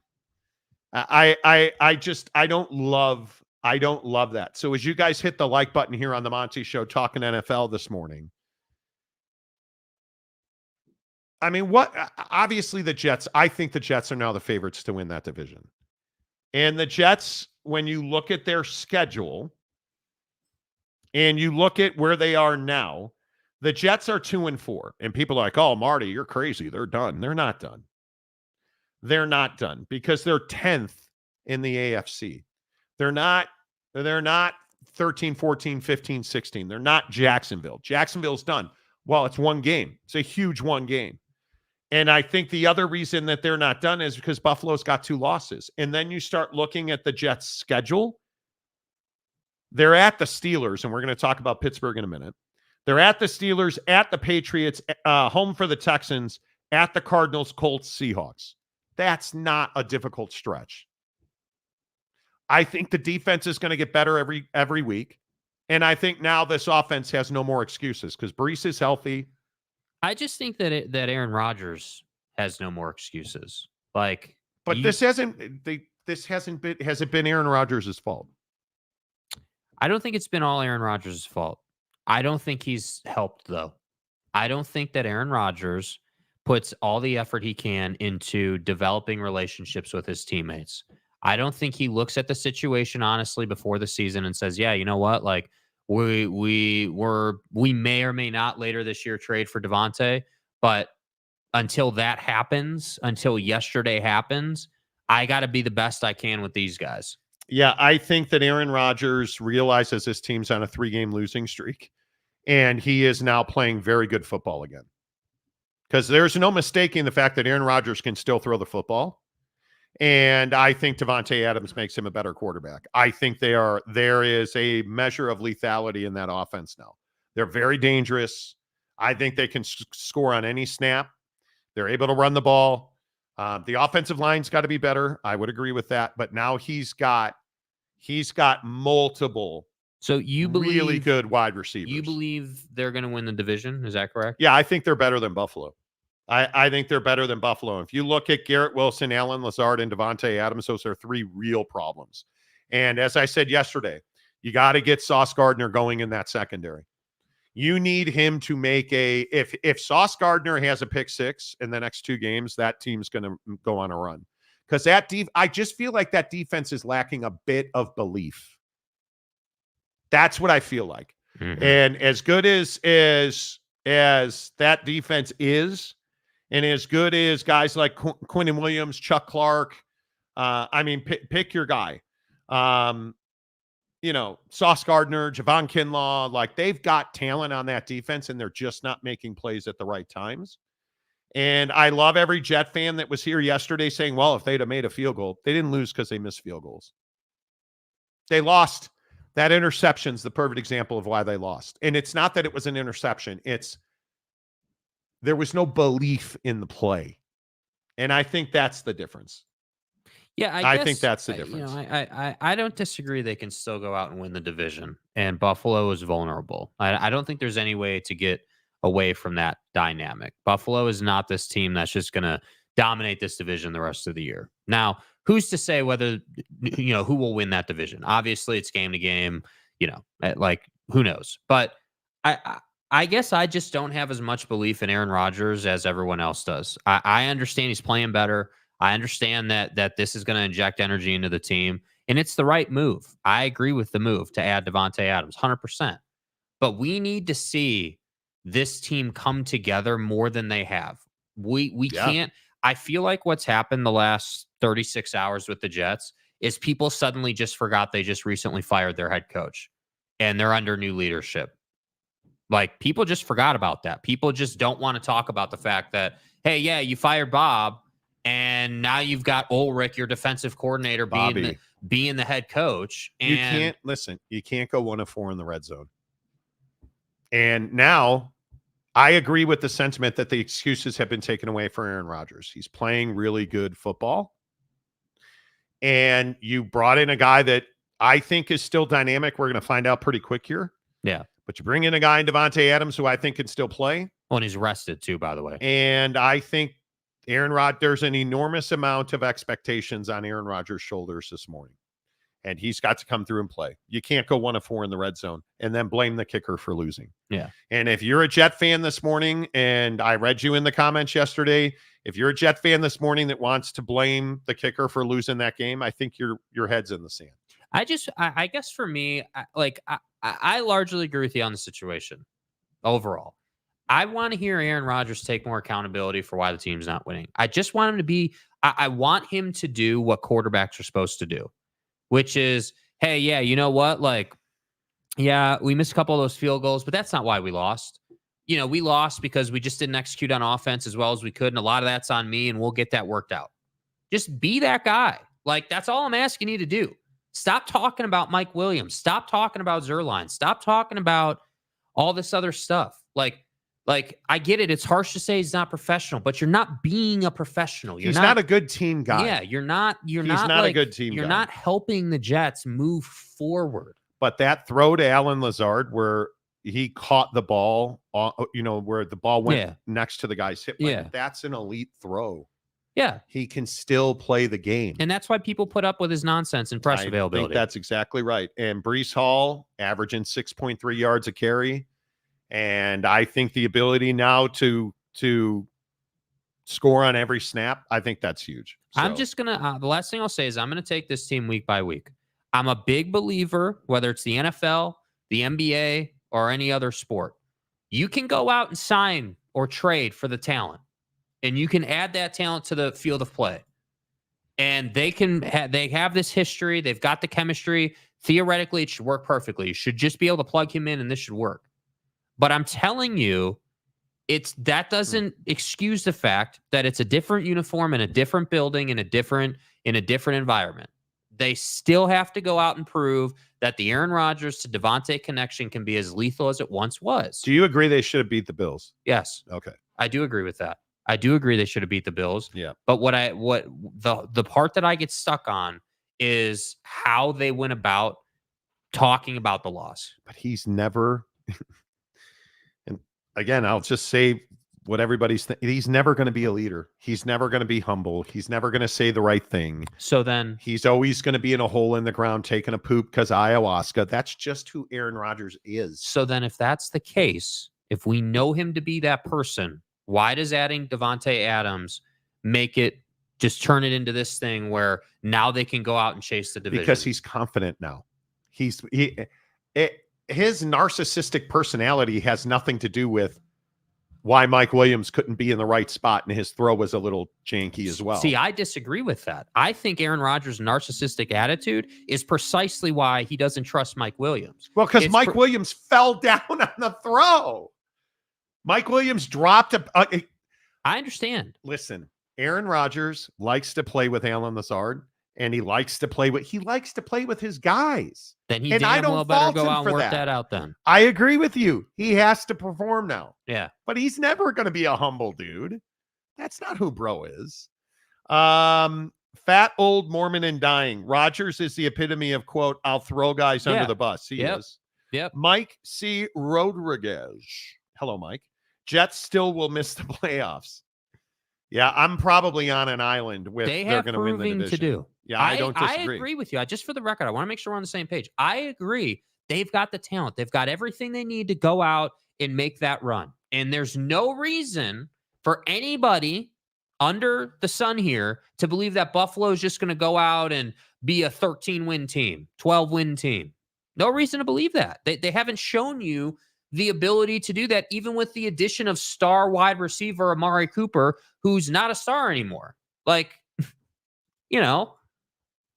I don't disagree. And I think, again, I just look at if Aaron Rodgers' excuse is Mike Williams. I mean, Mike Williams, I'm looking at the play right now on video, and I would love to show it to you, but it's copyright. He's not running a red line route. When the ball gets there, I agree, Mike falls down, but the ball is thrown to the number. It's not thrown on a red line route. The ball actually is, when it gets to Mike Williams, it's not. Yeah, Aaron Rodgers didn't make a great throw. Mike Williams fell down. And calling Mike Williams out for not running a red line route is weak. Now, all that's over with. It's all over with. Smash says his red line excuse made no sense. That throw was nowhere near the sideline. Well, again, it doesn't need to be near the sideline. A red line is, if you think about the numbers going down the field, it's halfway, a little less than halfway between the sideline and the numbers. The problem is, and I just looked at the video, Mike Williams is running on the midfield side towards the middle of the field of the number. He's in the wrong place if it's a red line route. Just out of curiosity, did he start that play in the slot or was he outside? Mike Williams. Let's go look. Because if he started that play in the slot, it would make sense that he was on the number running that route, because he's closer to the middle of the field there. I think that Mike Williams started that play at the top of the formation. Yeah, see, so that's the problem, right? He starts outside the numbers and tries to run inside. He starts on the red line and then tries to run back inside. So I'm not saying that Mike Williams is innocent. What I'm saying is that you want to call out a 1-year contract guy who you haven't made an effort with, in my opinion, as to why you lost the game when your throw was 3 feet behind the guy, so he had to fall down and try to catch it. Yeah, it's a bad route. Yeah, it's a bad route. Yeah, and he allowed the DB to push him. The bigger issue is, and I'm just seeing this play. I hadn't gone back and looked at it until right now. It's against zone. Now, if Mike Williams had run a red line route, the ball probably is far further outside. Aaron's throwing it to where he sees Mike to be. So it doesn't matter. We're probably way too deep into it. Chrissy, I don't think they are better than the Bills. Josh Allen has been a great QB this year with less talent. Cooper to the Bills makes them a contender for a Super Bowl. You really think so? Man, Bills' weakness is deficiencies on defense, and they've been injured. Milano's been hurt. I would agree with that. Jaron Eccles, I see the Jets losing to the Texans, Colts, and Seahawks. See, I think you got to do more homework than that, dude. The Colts are not good. Yeah, I think that the Texans are such a hit and miss team. One week they're playing great and can beat anybody. Yeah, they're not as week. consistent as they were last year. Yeah, so it's like, which Texans team are we going to get? Look, all I'm saying is I'm not going to sit here and be like, oh, man, they got Devontae. The Jets are amazing. They're going to win the division. Everything's perfect. No problems. Yes, you got Devontae, and that's a great move. That's exactly what this team needed. And give Woody Johnson a lot of credit. But now Aaron and company got to go out there and put it together. And part of that process is the play calling, because I do agree with what you've said. We've talked about this, that the play calling hasn't exactly been amazing situationally. But hopefully that gets easier when you've got a stud wide receiver, sitting there chewing up the DB all night. Yeah, I agree. Giggity, excuse me. Will the Jets go 8-3 to get to 10 wins? I don't think so. I think they have a chance. Their schedule is cake. If we look at the Jets schedule, the Jets schedule. If I look at the Jets schedule, the Jets are at the Steelers. That's a win. Why are you changing quarterbacks? Yeah, got to talk about this. 20 seconds. Steelers is a win. Patriots is a win. Texans are at home. I think that's a win. Cardinals is a win. Yeah. Colts is a win. Seahawks is a win because that game, again, is at home for the Jets. At the Dolphins, I don't know. Is Tua playing by then? Call that a win. I think that's a win. That's 7 wins. Yeah. Jaguars are terrible. That's 8 a win. wins. Rams at MetLife, that's a win. That's 9 wins. They'll probably go to Buffalo and lose because that's going to be a tough game. And then on January 5th, they end the season with the Dolphins at home. All things being equal on October 16th. Yeah, I could see them losing 2 games there. Yeah. Their schedule is so easy. The most important thing, and this might seem obvious, but I think the most important thing for the Jets right now to accomplish that goal is beating the Steelers and the way you beat the Steelers. If you can come out and you can feature Devontae and the offense can feel much better, much smoother, you are going to be in a place where the vibes are good, the team feels good, and you can start to build some wins. So this first week, you are playing for your season, 100%. Yeah, and I just go back to, I think Aaron Rodgers and Mike Williams both have blame there. Aaron Rodgers is always going to win because, well, he's the quarterback and he's Aaron Rodgers. And I look at this situation in Pittsburgh. Let's talk about this thing in Pittsburgh. Justin Fields or Russell Wilson. And Mike Tomlin talking about making a quarterback change. I don't get it. Justin has been really good, and we've been really good at times, but not to be confused with great. Man, this is a competitive league, man. We're trying to position ourselves to be that team.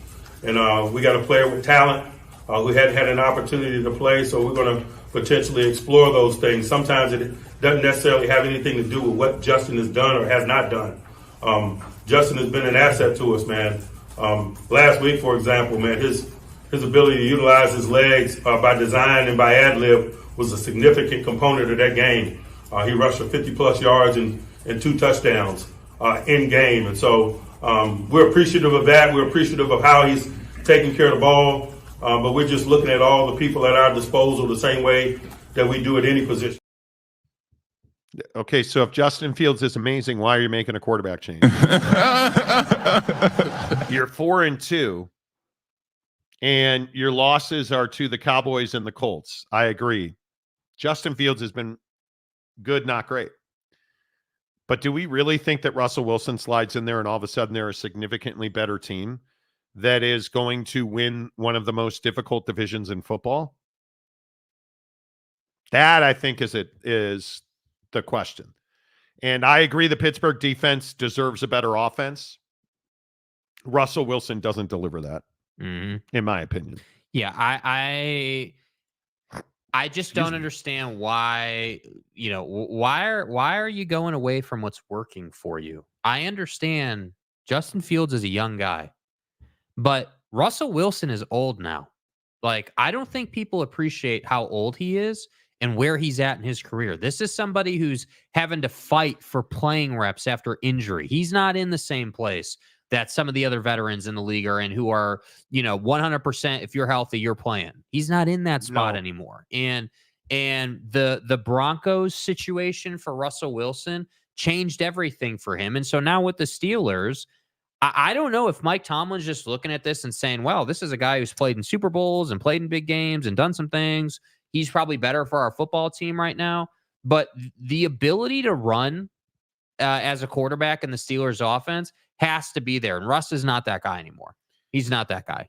No, and I think the thing that worries you is that Justin Fields does not have explosive pass ability as a quarterback. He is much more dangerous running. And I'm curious what they haven't seen. I mean, he's completing 66% of his passes. Now that's only on 160 attempts. Mm-hmm. He hasn't turned the ball over. He's got 5 touchdowns and 1 interception. The 5 touchdowns is concerning. I don't know. This is a real risk for them. This is a very big risk for them. Right. In my opinion. Damian Fowler is a Bears fan. That sucks because I want that extra draft pick from the Steelers. Exactly. Yeah. Exactly. But you know what I mean? Like, if you're the Steelers, you're going to play the Jets at their place. Like, why would you change quarterbacks? You would think that they would change quarterbacks during a week where you're playing at home. Yeah, I agree. Eric and Raleigh, Marty with the quick pivot once he saw that Aaron Rodgers was right about Mike Williams. No, I think that Mike Williams isn't the problem here. I think that with Aaron Rodgers, I just think that Aaron Rodgers wants his guys. It's why Randall Cobb was on the team last year. It's why, again, Alan Lazard's on the team. The issue on that play was, yes, that was not, if it was a red line route. Was it a red line route? I don't know. Let's assume it was a red line route. Mike Williams ran the wrong route. He was in the wrong place on the field, spacing wise, which hurts Garrett Wilson, by the way, who's running down the middle of that formation out of the slot. And I think Aaron Rodgers needed to throw that ball sooner than he wanted to. So he didn't get as much on it as he wanted to. And I think Mike Williams slipped and fell down. I think it was quintessential Jets in that moment. You need to go get Davante Adams. If that play doesn't happen, do they trade for Davante Adams? Yeah, I don't know. I think they still take a run at him. If they win that game, do they trade for Davante Adams? I don't know. Shoude, hello. Steve Stepanek. Jets will get beat in the playoffs in the first round, probably. But will they get there? Alex McCluskey, the mayor of Montytown. Why are we defining a casual? Someone who eats at Jack in the Box, believes their NBA team will win a national championship every year, and thinks Alex Caruso is an NBA player. There you go. To which Go Balance says NBA is trash, in my opinion, of course. I can't wait. I love sharing, the NBA. Man. I love the NBA. Chrissy, I do get Justin Fields hasn't pushed the ball down the field at all. Not much at all. He's got, I think, 2 explosive plays. They got to see if Russell can throw it. Steelers have shown they can't win if defense ain't clicking. Well, their defense is elite. They have one of the best defenses in the NFL. I don't disagree with that assessment, man. But I also think that timing really matters when you're going to change quarterbacks. And Russ is coming off of an injury and hasn't played. And you're just going to throw him in there. ACC Commissioner Gumby, Jack in the Box is yummy. Man, I can't think of the last time I ate a Jack in the Box. And there's one right down the street from my house. It's been too long, bro. Go Balance. How much time do they give Russ? First half, 3 quarters? No, if you're going to start him, you got to go with him until it's painfully obvious he can't do the job. And then he comes up with a injury. No, it's like Devontae's hamstring, right? Devontae's hamstring was sore, so he's not going to play for a couple of weeks here. Fat old Mormon and dying. Jack in the Box is a one-way ticket to the toilet. But see, I'm very fortunate. I have a steel trap for a goalie. Yeah, Jack in the Box is not a one-way ticket the way Taco Bell is. Taco Bell is trash. Like, I understand Jack in the Box is fast food. I don't disagree with that. But it's a higher cut of fast food. My opinion is, here's the deal. It's a one-way ticket to the cardiologist. I love it. It tastes great. It's a win-win. If Russ plays well, they benefit. If Russ plays horribly, they can justify getting rid of him at the end of the year. Then you can draft your franchise QB in the draft. Maybe. Geoff, friggin' love Jack in the Crack. I agree. Go Balance. Why eat at Jack in the Box when you have Five Guys? Well, mainly because it's a quarter of the cost. I love Five Guys. I mean, they're different. Five Guys isn't fast food. It's fast casual. Get it right. Yeah, please. Casuals don't know the difference between correlated and casuals. Okay. Okay. Says a Michigan fan who's defending Connor Stallions. Mayor McCluskey. Why eat at Jack in the Box when you have E. coli? That's what I'm saying. Bro, I got to tell you. I had another Chipotle experience the other day. Okay. Now, in the comments, is this a good or bad experience? What are the odds? What's more or less that this is a good or bad experience? Rolled up into the old Chipotle after playing golf on Saturday, I think it was. I don't recall. We go to Chipotle. I'm ready for the brisket. I want my face on fire. You're on the brisket train, bro. It's really good. Chipotle brisket's good. Yeah, sorry, bro. We're out of brisket. Now, what time was it when you rolled into the Chipotle? 1:30, 2 o'clock. Okay. You're out of brisket. All right, I'll take a chicken burrito. And it was all right. Like, it was frustrating. Uh-huh. How are you out of brisket? And you're sitting there chopping it, and then it's got to be dusted. Come on. But I'm telling you, the brisket at Chipotle. So Chipotle. Almost as good as Del Taco. Del Taco is superior. Cash, bro. Love Del Taco. Gigatti. Casuals spend time defining what a casual is. Ooh. I like it. Matt Ritson, I take Canes, and Canes is no, dude. Can't be. Come on. Canes is garbo, dude. Gumby Because says it's garbage. bad. Chipotle served Marty a fresh praying mantis. Dude, these videos of praying mantises being so this dude has a pet praying mantis. And he's got it in a little glass jar. Right. He puts this praying mantis into a glass jar. And he drops a wasp in there with him. And you just watch this mantis just eat the head off of this wasp. Those things are nasty, dude. Like, my God, those things are nasty. Fat old Mormon and dying. How many holes does a burrito have? None. Dan Davis, I'm behind on the video feed, so I don't really know what's going on in the chat. Talk about how successful the new window for the Big Ten have been. I'm loving football on Friday nights. Here comes Saturday night. Here comes I hate that song. Maybe Chipotle can cook up the cow that hit Mike Gundy. Okay. Are we over it yet? Bro. Man. Giggity. Don't make me kick you out of the city cabinet, McCloskey. And kick a person when he's down. Two old heads getting salty. Here we go again. Culver's and Habit Burger. Habit's good. I still don't think I've ever eaten at Culver's. Or better yet, get the butcher in the Wise Ox in Encinitas to make you a cheeseburger. I cannot wait for Christmas to go back to LA. It's going to be lit. I'm going to get Mexican food in San Diego after we play Torrey Pines. I'm stoked. Go Balance. Speaking of tacos, is Taco John's still in business? Never heard of Taco John's. Big Daddy Magic. Here we go. Hey, playa, 15 days until Victor comes to Utah to play junior jazz. Somebody should steroid test Victor Wembanyama. Have you guys seen his upper body? Yeah, I think they said he added like 25 pounds this offseason. Praying mantis are Metzl. What does that mean? Metal, maybe. Okay. They're nasty.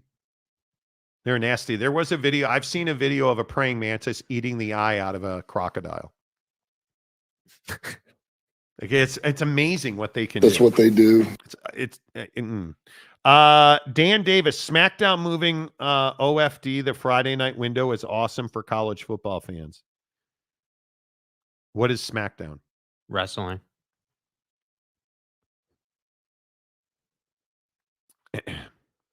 All right. Are we really? Or we're like, oh man, Marty, Vince McMahon, nice guy. There were good people on both sides of that lawsuit for sex trafficking. Come on, Vince McMahon's a crap shack. Yeah, the guy is. Come on, dude. Come on. What are we real? What are we doing? About? All right, real quick. I want to get to the Tom Brady story. Tom Brady now is business partners with the strangest dude ever. What role do you expect Tom Brady to play in your organization? Well, it's kind of putting the cart before the horse. We wanted to get to this point first before we started defining anything of that nature and all that. But it's just exciting. What I was going to say is we traded Devontae Adams for Tom Brady and a third-round pick. And although Tom can't play, I think he can help us select a quarterback in the future and potentially train him as well. And so it's a huge benefit to the organization. Okay, you're strange. Whatever that haircut is, I'm not usually one to judge somebody by their looks. People have issues, and you're a weird looking dude. And whatever piece of Tupperware you're using to shape those bangs, I would recommend changing the shape of the bowl. You prefer glass? I'm sorry. Do you prefer Pyrex or plastic, Mark? I mean, what role do you expect Tom Brady to play in your organization? Well, it's kind of. Do you guys understand what? How much is Buddy paying the barber? Bro, second of all, do we expect Tom Brady to have any kind of real influence in that organization? They're basically paying him to be an owner. They gave it to him. And Richard Seymour, too, who's a great human being. And he straight up is talking about how Tom Brady's going to help them select and then maybe even train. Which you're thinking of a different kind of train. The quarterback that they... So you're doing the Cooper Flag thing where you're trying to get the best available quarterback. Right. That's what you're telling me. I mean, as far as bad organizations go, the Raiders are not the worst organization in football. No. But let's not kid ourselves to say, hey, yeah, this is the beginning of the new era of Raider football. I don't buy that at all. No, not even a little bit. And I think, the bigger thing to me about this whole situation was not even that Tom's going to be an owner of the Raiders. That Tom boy here is going to be an owner. The bigger thing was all the restrictions it puts on him at Fox. I mean, this you're talking can't call about Raider games. Can't call Raider games, but it's so much more than that. You can't be in another team's facility. You can't go to practices. You cannot go to like pregame happenings with players, and like there's a lot of restrictions this puts on Tom. So essentially Tom, can't do the preparation work that other media members typically would do. He's essentially going to show up and commentate the game. And I'm guessing he's going to watch a lot of film and just be ready that way. Like I don't know if you can't go and interview other players and you can't, be around the way he's been around, it makes your job a lot harder. Yeah. I think this is a great move for the Raiders. Having Tom Brady around your team, I think it's really good for him. This is not they're going to go on a run and become another dynasty. Yeah. It's not what this is. Mike Smith, Floby bitches. Exactly. I like Mark Davis, billionaire with young looking model girlfriend and likes to live life to the fullest. I'm not saying he's a bad dude. I'm saying that hair's got to get. He's weird, bro. And stuff. Roche. Is Tom Brady going to win another Super Bowl? He just has to twist that dagger in the haters, doesn't he? Oh, yep. Can you imagine if he's a big part of them winning a Super Bowl? My God. That would be incredible. Brandon Butler. He gets the same haircut that he got from his mom as a toddler. That's the kind of commitment you want from an owner. Mommy. Did your moms used to cut your hair as a kid? No, but I got taken to super clips like 800 times too many for buzz cuts. I always went to a barber shop. And the great Jay Taffa here in Salt Lake City, if you are a guy and you're not going to Jay Taffa to get your hair cut, you tripping. We have the best barber in the world. I'm telling you now that hair matters. And I think Mark Davis is a weird looking dude. Dude, I swear to God, if we get comments of people who say Supercuts is awesome, I swear to God, bro. Oh, don't Gumby. do it to me. Supercuts sucks. Yeah. Come on. Come on, bro. Come on. I used. So I always tell the story about my friend Keith Horowitz, when I was a wee young lad. Mm-hmm. And we used to go and do lawless things at his house when his parents, who were never home, we were not smart kids, but we did have a Flowbee and we did bad things to our hair with Flowbees. Of course we did. Who didn't do that? Of course. It is what led me to shave my head for the first time. That did not work out. When you use a shop vac to cut your hair, that does not work out so well. So yeah, it was, we did bad things. Eric and Raleigh, Sport Clips MVP deal. Nah, dude. I've been to a Sport Clips. It's not that great. Super Clips, Supercuts, official partner of the University of Utah Athletics and Cam Ryan. Do you understand the fire that is going to happen in the state of Utah on Holy War Week when Utah and BYU play? Yeah, Man. you know. Do you understand? One fan base will no longer exist that Saturday night. It is like Max Hall's mom is going to be dumping beer on everybody if BYU wins that game. That would be giggity. All the players I know go to Great Clips. Right. Okay. Do you guys not go to barber shops? You really don't go to the barber to get your hair cut? You're really going to big box salon. I will never not go to Jay Taffa to get my hair cut. And I don't see myself not living in Utah anytime soon. Jay Taffa will. I cannot imagine going to a Great Clips over Jay Taffa. Yeah. That's ridiculous. That's not going to happen. I don't think. Noel Ramirez. When I was in high school, I would get a haircut every week. Dude, I would too if I could had time and money. Yeah. You know, it's fine. Mark Davis has self-taught barber on his resume. Can you imagine? The hair wash is awesome. Well, yeah, because a hot chick is massaging your scalp. You know, rowdy runner. Saw Davis flying Southwest years ago, probably on his way to Supercuts. Probably. Roche, what movie is the Flowbee from? Was that Wayne's World? Dude, Flowbee is a real thing. You understand that, right? Like a Flowbee basically is a hair cutting tool attached to a vacuum. Come on. The fact that you have to explain that. Come on. Are you kidding me? Tanner Plummer, who's not a member. Alex McCluskey. Mother Nature made the decision for me a long time ago. Who are you, Alex Caruso? You shave your head? Yeah, when are you going to start rocking a headband, dude? Man, the viewership numbers are out for this past weekend. Bro. Oregon and Ohio State, 9.6 million. Texas, Oklahoma, 7.6 million. Let's talk about the haves and the have-nots. Marshall, Georgia Southern, 15,000. You said 15,000. Undefeated Pitt versus Cal. Yeah. How many people do you think watched that game? 13,000? 50, 60,000. No. 741,000. Okay. Purdue, Illinois. Oh, it's the Big Ten. Oh my God. Fox Sports 1, 440,000. Cincinnati UCF, ESPN 2, 280,000. Stanford Notre Dame, 1.8 million. Notre Dame, man. Florida Tennessee, 3.25 million. Arizona BYU, how many people? 3. 1.3 million.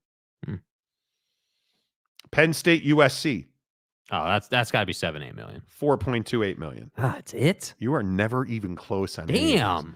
South Carolina, Alabama. I don't know. 6 million flat. There you go. Haves and have-nots. Yeah. But Marty, G5 belongs in. Yeah, no, they don't. Yeah. No, they don't. Oh, no. No, they don't. They don't. No. It sucks my will to live. It's sucking my will to live. I'm not sure what that's a comment to, but I don't know. Giggity. Mrs. Giggity cuts my hair, sometimes closed, sometimes not. Wow. Stay home. Wow. Damn. West Coast Commissioner Gumby, 15,000. Seriously, 15,000 people watched that game. Man, wow. 15,000.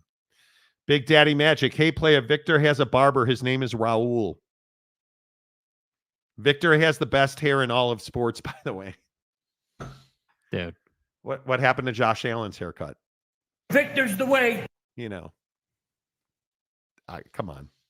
Victor's the way might be the most iconic listener drop we have. It might be the most iconic listener drop ever. I don't even disagree with that. Yeah. I don't disagree with that. The Monty Show is always presented by The Advocates, theadvocates.com, the best injury attorneys in the business, where you never pay a penny to get risk-free, quality risk-free legal advice. Theadvocates.com. Chat with an injury attorney live online, 24/7, 365. Make sure you tell them you heard about it on the Monty Show. Tomorrow on the Showroom, we got to get into some games. Because BYU Oak State's Friday night. Oregon Purdue Friday night. God, please. If there was ever redemption in West Lafayette beat Oregon, you pricks. Well, Monty, they pulled a 12-man on the field penalty out and beat Oregon. They're geniuses. Everybody from Oregon. Hey, oh yeah, that's not a... Yeah, they're instituting a rule change. They're instituting a rule change. Well, Dan Lanning's such a genius, they got to change the rule, man. Jackwagons. Until tomorrow, say goodbye, Jake. Goodbye, Jake.